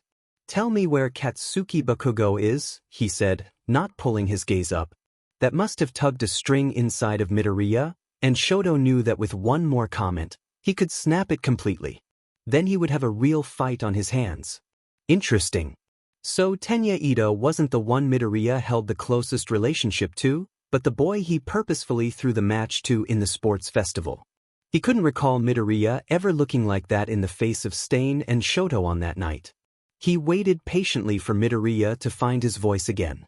When he did, Shoto was not impressed. "What's your plan here? You've got no reason to kill him." Shoto wasn't offended that Midoriya thought that was the reason. It was perfectly sound, taking in all of the factors happening at the moment and resting on a proper conclusion. Midoriya wasn't finished either, so Shoto listened. "You're not alone. It's the League that's with you, isn't it?" In the end, he found himself to be disappointed. He didn't know why. "That's your answer?" With the silence that responded, Shoto thickened the ice on the ground, not because he needed to, but because he wanted to give Midoriya a chance. There was something he wanted to try, allowing himself this small bit of indulgence. Midoriya noticed what was happening, but Shoto already had him in the palm of his hand. He didn't even need to flick his wrist to shackle Midoriya in cold ice up to his knees. It didn't last long. Midoriya shattered the prison with relative ease, but Shoto launched another rapid glacier at him and heard it connect to flesh. Midoriya grunted as he fell to the ground and Shoto felt the sliver of disappointment fading away. "Apologies," he said. "I thought you were faster." Seeing Midoriya bouncing in such a tight space in that alleyway must have given Shoto the wrong impression. With little to use to rebound off of up on top of the mountain, he was already at a disadvantage. It didn't stop Midoriya in the slightest, taking the opportunity to fly forward in a blur of malachite sparks. Shoto's eyes couldn't track him fast enough, not that it mattered. It took only a swipe with his hand to stop Midoriya in his tracks, and when he punched through the ice wall and forced his way through to the cave, Shoto was already sending an icicle towards him. Then he heard the crying again. He saw arms fly out to defend instead of fight back and the ringing of a scream, and he wasn't sure which was real. The ice groaned atop its own weight, refusing to move an inch. Shoto tried to touch his scar, to feel the heat and disgust travel down his fingertips and through the cracks in his bones, but he only brushed against cold rock. He was still numb. Two people cowering in front of a damnation on the world, one trying to protect the other. Why were they looking at Shoto like that? "I'm scared," he heard. "It's okay. I'll protect you." Someone had said that to Shoto once before. And he had believed her, despite everything, before all of it came crashing down around him. He truly did miss her, in the same way fire missed oxygen when it was sputtering out of existence. "Protect him?" Shoto asked. He wanted to claw his own vocal cords from his throat for sounding so ragged and singed. Even so, he was more concerned about the tatami mats mixed with dust and dirt and the lurking shadow with a face twisted cruelly into a pleased smile. "From me." His legs were carrying him away, all the way to the ledge. The breeze swayed him, guided him, and he glanced down at the rocky below, wondering barely for a second what it felt like to fly. This was a mission. He was on a mission and still letting himself get swept up in illusions of despair. All because of a weak boy who wanted to follow in the bloody footprints of his idols. "Pathetic," he hissed, turning his fury to the man who ruined his life. The one stood just behind Midoriya and the child. He couldn't be getting so distracted in the middle of an operation. Not only was it deplorable, but if anyone found out, they wouldn't let him hear the end of it. Shoto let his head fall back first, his body following suit. His fingers dragged along the jagged rocks, a slope of ice letting him put his feet on something tangible to slide down with only a painful stretch in the soles of his feet once he landed. His teeth grinded together and his jaw tightened, but he continued anyway despite feeling that with any more force, something was going to crack. The vantage point was a dead end, he would explain. For now, scouting out Toga or Dabi and twice would be his next course of action. All he needed to do was follow the trickle of blood that splattered the grass and rocks a shiny ruby. Only, it didn't lead him to Toga at all. Shoto pulled back the brambles and hedges to find a lone hand laying in a pool of thick red ink. His nose twitched as he reached out to hold it, the heavy stench smothering his nose. The place of severement was clean, perhaps a single slide. It couldn't have been Toga, he reasoned, for her knives were too weak. If she had been the one to do it, the skin would be mangled and a messy pile of useless meat. The gnome must have passed by. With its smooth, pinpoint blades, it would be as simple as cutting through warm butter. Shoto felt disgust riling in the pit of his stomach as he stood up, leaving the useless hand behind. He would have liked to be angry with Dabi for not preventing it, but it was Shoto's fault. He said that he was fine with students getting injured and this was the result. They were being maimed instead. Hopefully, whoever the hand belonged to, they wouldn't die from blood loss or shock. Though, looking around, Shoto couldn't find any trace of a passed-out, handless body. They may have been just fine for all he knew. He kept going through the woods, straining his ears to hear the others somewhere, but the fire was raging and too close to him to hear anything other than a blazing storm of heat. There was a snap. Close enough that not even the flames could drown it out. Shoto slowed his pace, not allowing his gaze to drift to where the noise came from. If he cleansed his mind from the distractions around him, he could feel the hairs stand on his arms and the intentness in someone observing him. Something shot from the shrubbery and Shoto spun to greet them with a forearm covered in jagged streaks of ice. He blocked the hit, but the sheer force knocked him back and Shoto slammed into the base of a tree. He wiped the corner of his mouth and climbed to his feet, staring at Midoriya with disdainful regard. "You don't know when to quit," he said, tilting his head forward to acknowledge the cuts and bruises on Midoriya's fist from punching sharp rock. "That's just who heroes are," Midoriya said stubbornly, widening his stance and holding his fists up. Shoto let out a tsk. "That's what gets heroes killed." He sprayed the ground with chips and fringes of snow. Midoriya jumped into the air right away, chased by pale stalactites that ripped his frail clothes, not meant for combat. He dropped into a roll in front of the icicles, springing up and closing the gap between the two of them faster than Shoto could keep up with. Defensively, Shoto covered his entire arm in a glove of ice, lashing out at the side of Midoriya's head. When he ducked under it, Shoto's leg swung and connected with Midoriya's chest, sending him back. He faltered, but he didn't fall.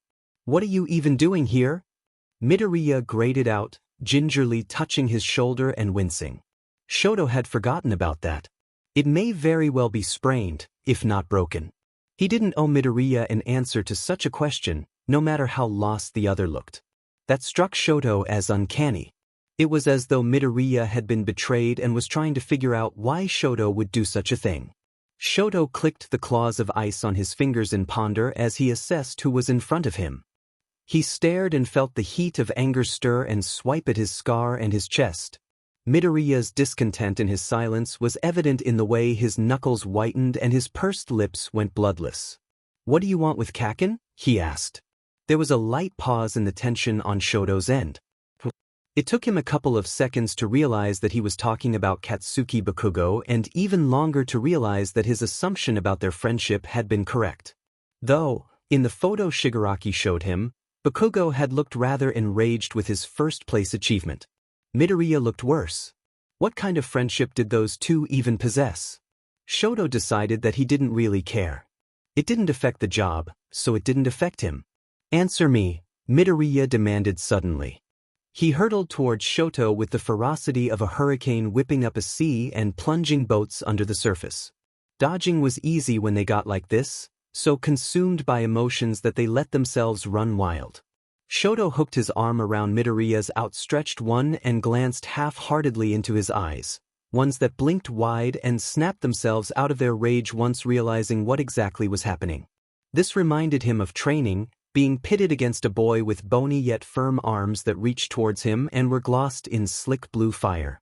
Shoto, his frame too small to do any damage to the elder, could only execute the motions with no real effect until he mastered it. Your balance, said Shoto, smoothly flipping Midoriya onto his back and stomping on his wrist to pin him in place, is horrible. Midoriya coughed and swallowed breaths of heavy air, automatically tugging on the limb that was held down. Under Shoto's frozen grip, he gave up quickly. If you wanted me dead, Midoriya pointed out with confidence he shouldn't have, you'd have killed me already. So, what do you need from Kaken? He's got nothing that could interest you, trust me. What he was saying was all true. Bakugo, for all of his egregious outbursts and arrogant declarations driven from his ego, was not one of them. He never would be. Not only that, but he would be a nightmare to work alongside. They didn't need him, necessarily, it would just be an absolute blow to All Might and the public if they could pull it off. Really, they didn't need Bakugo to join them at all. Just taking him would be a success. Before that could happen, Shoto needed a way to get Midoriya to stop trailing him so that the mission could advance without any further interruptions.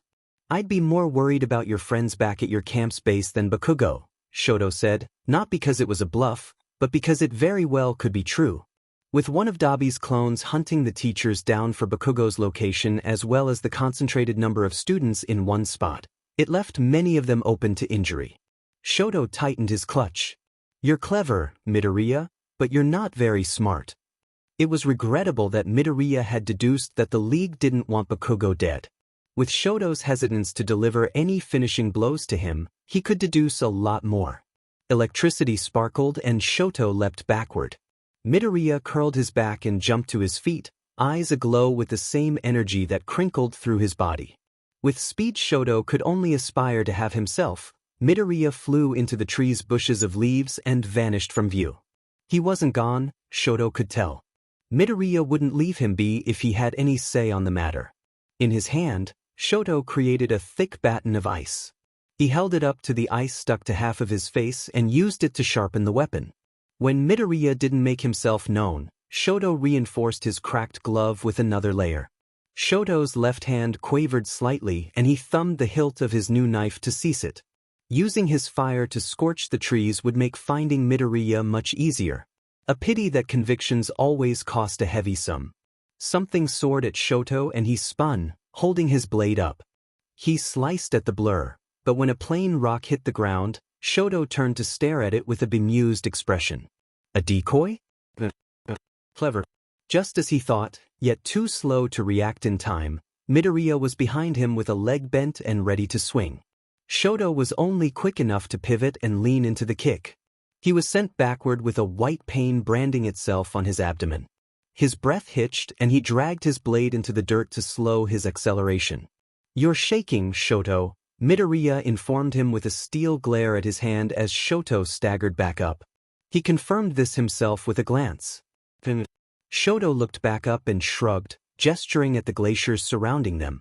Midoriya didn't seem convinced.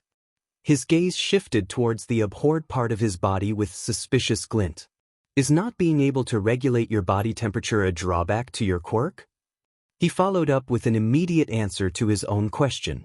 Shoto noticed the way his fingers flicked back and forth as if writing something down on imaginary paper. No, you haven't made any ice from your left side.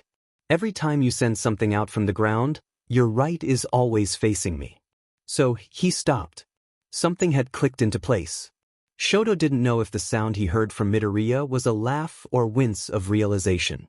Instead of frightened or hesitant, Midoriya looked utterly fascinated. Had he forgotten the situation he was in? Shoto could very well remind him. He lifted his arm. You're holding back, aren't you? A whistle carried through the air. Midoriya jumped when a blade of pure ice was stuck inside the bark of the tree, right next to his head. When he regained his composure, he examined it briefly before his gaze slid toward Shoto. Though he didn't smile yet, his eyes were alight with giddy. Tell me I'm wrong. Shoto's fingers were tense without anything in his hand anymore. The grin Midoriya finally bared was full of wonder. He couldn't quite detect any malintent. Only one gauntlet, Midoriya pointed out. Why? His vision was splotched and stained, pools of blurry darkness leaking in. Do you ever, Shoto growled, frost-glittered air spilling past his lips, shut the F up?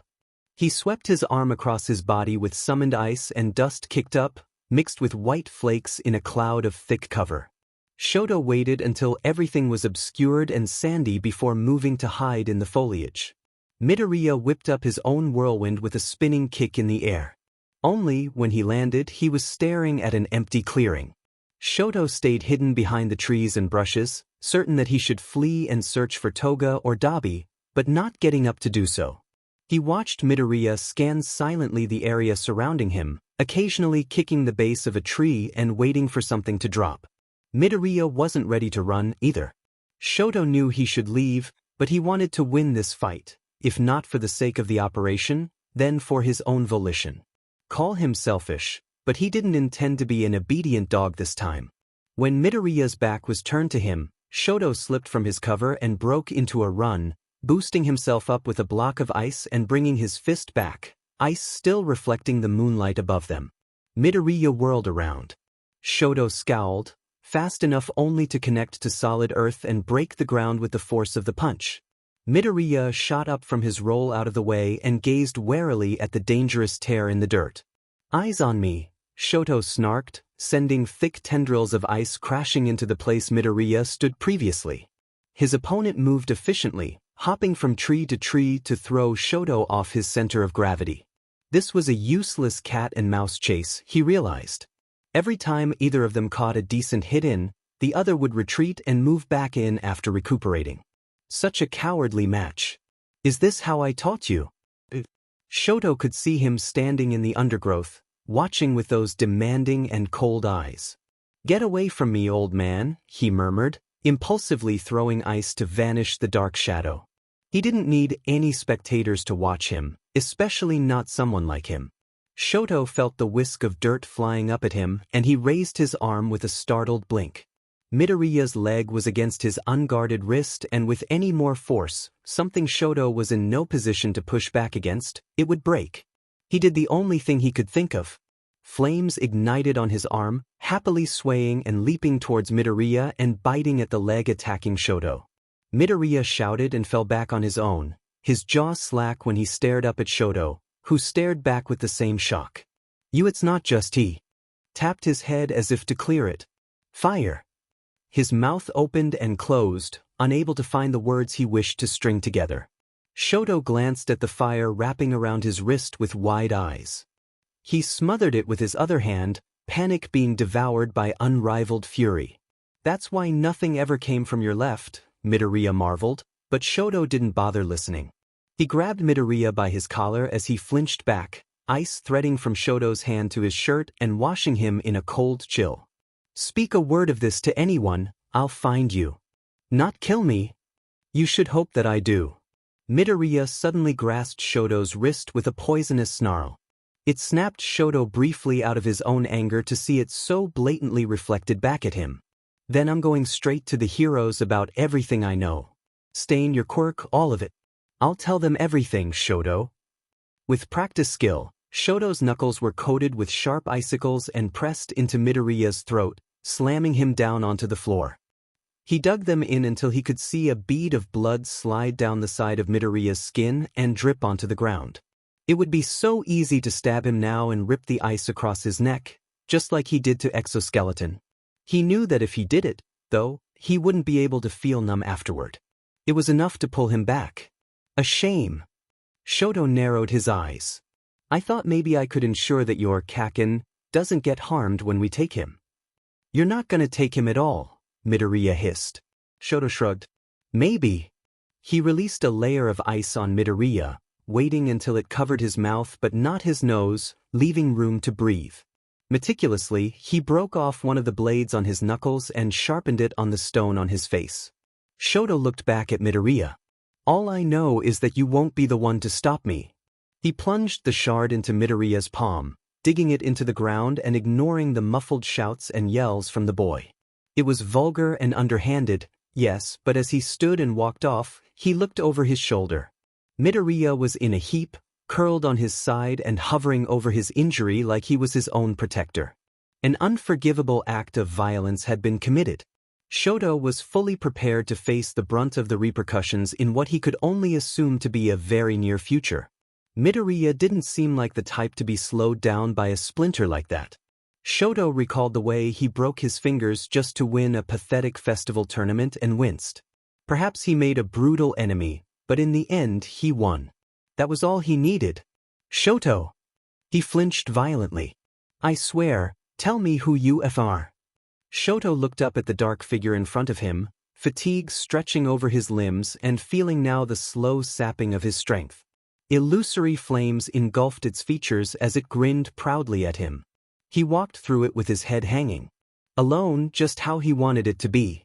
Shoto couldn't remember the last time he'd wanted to cry, but he figured this was the closest he would ever come to it.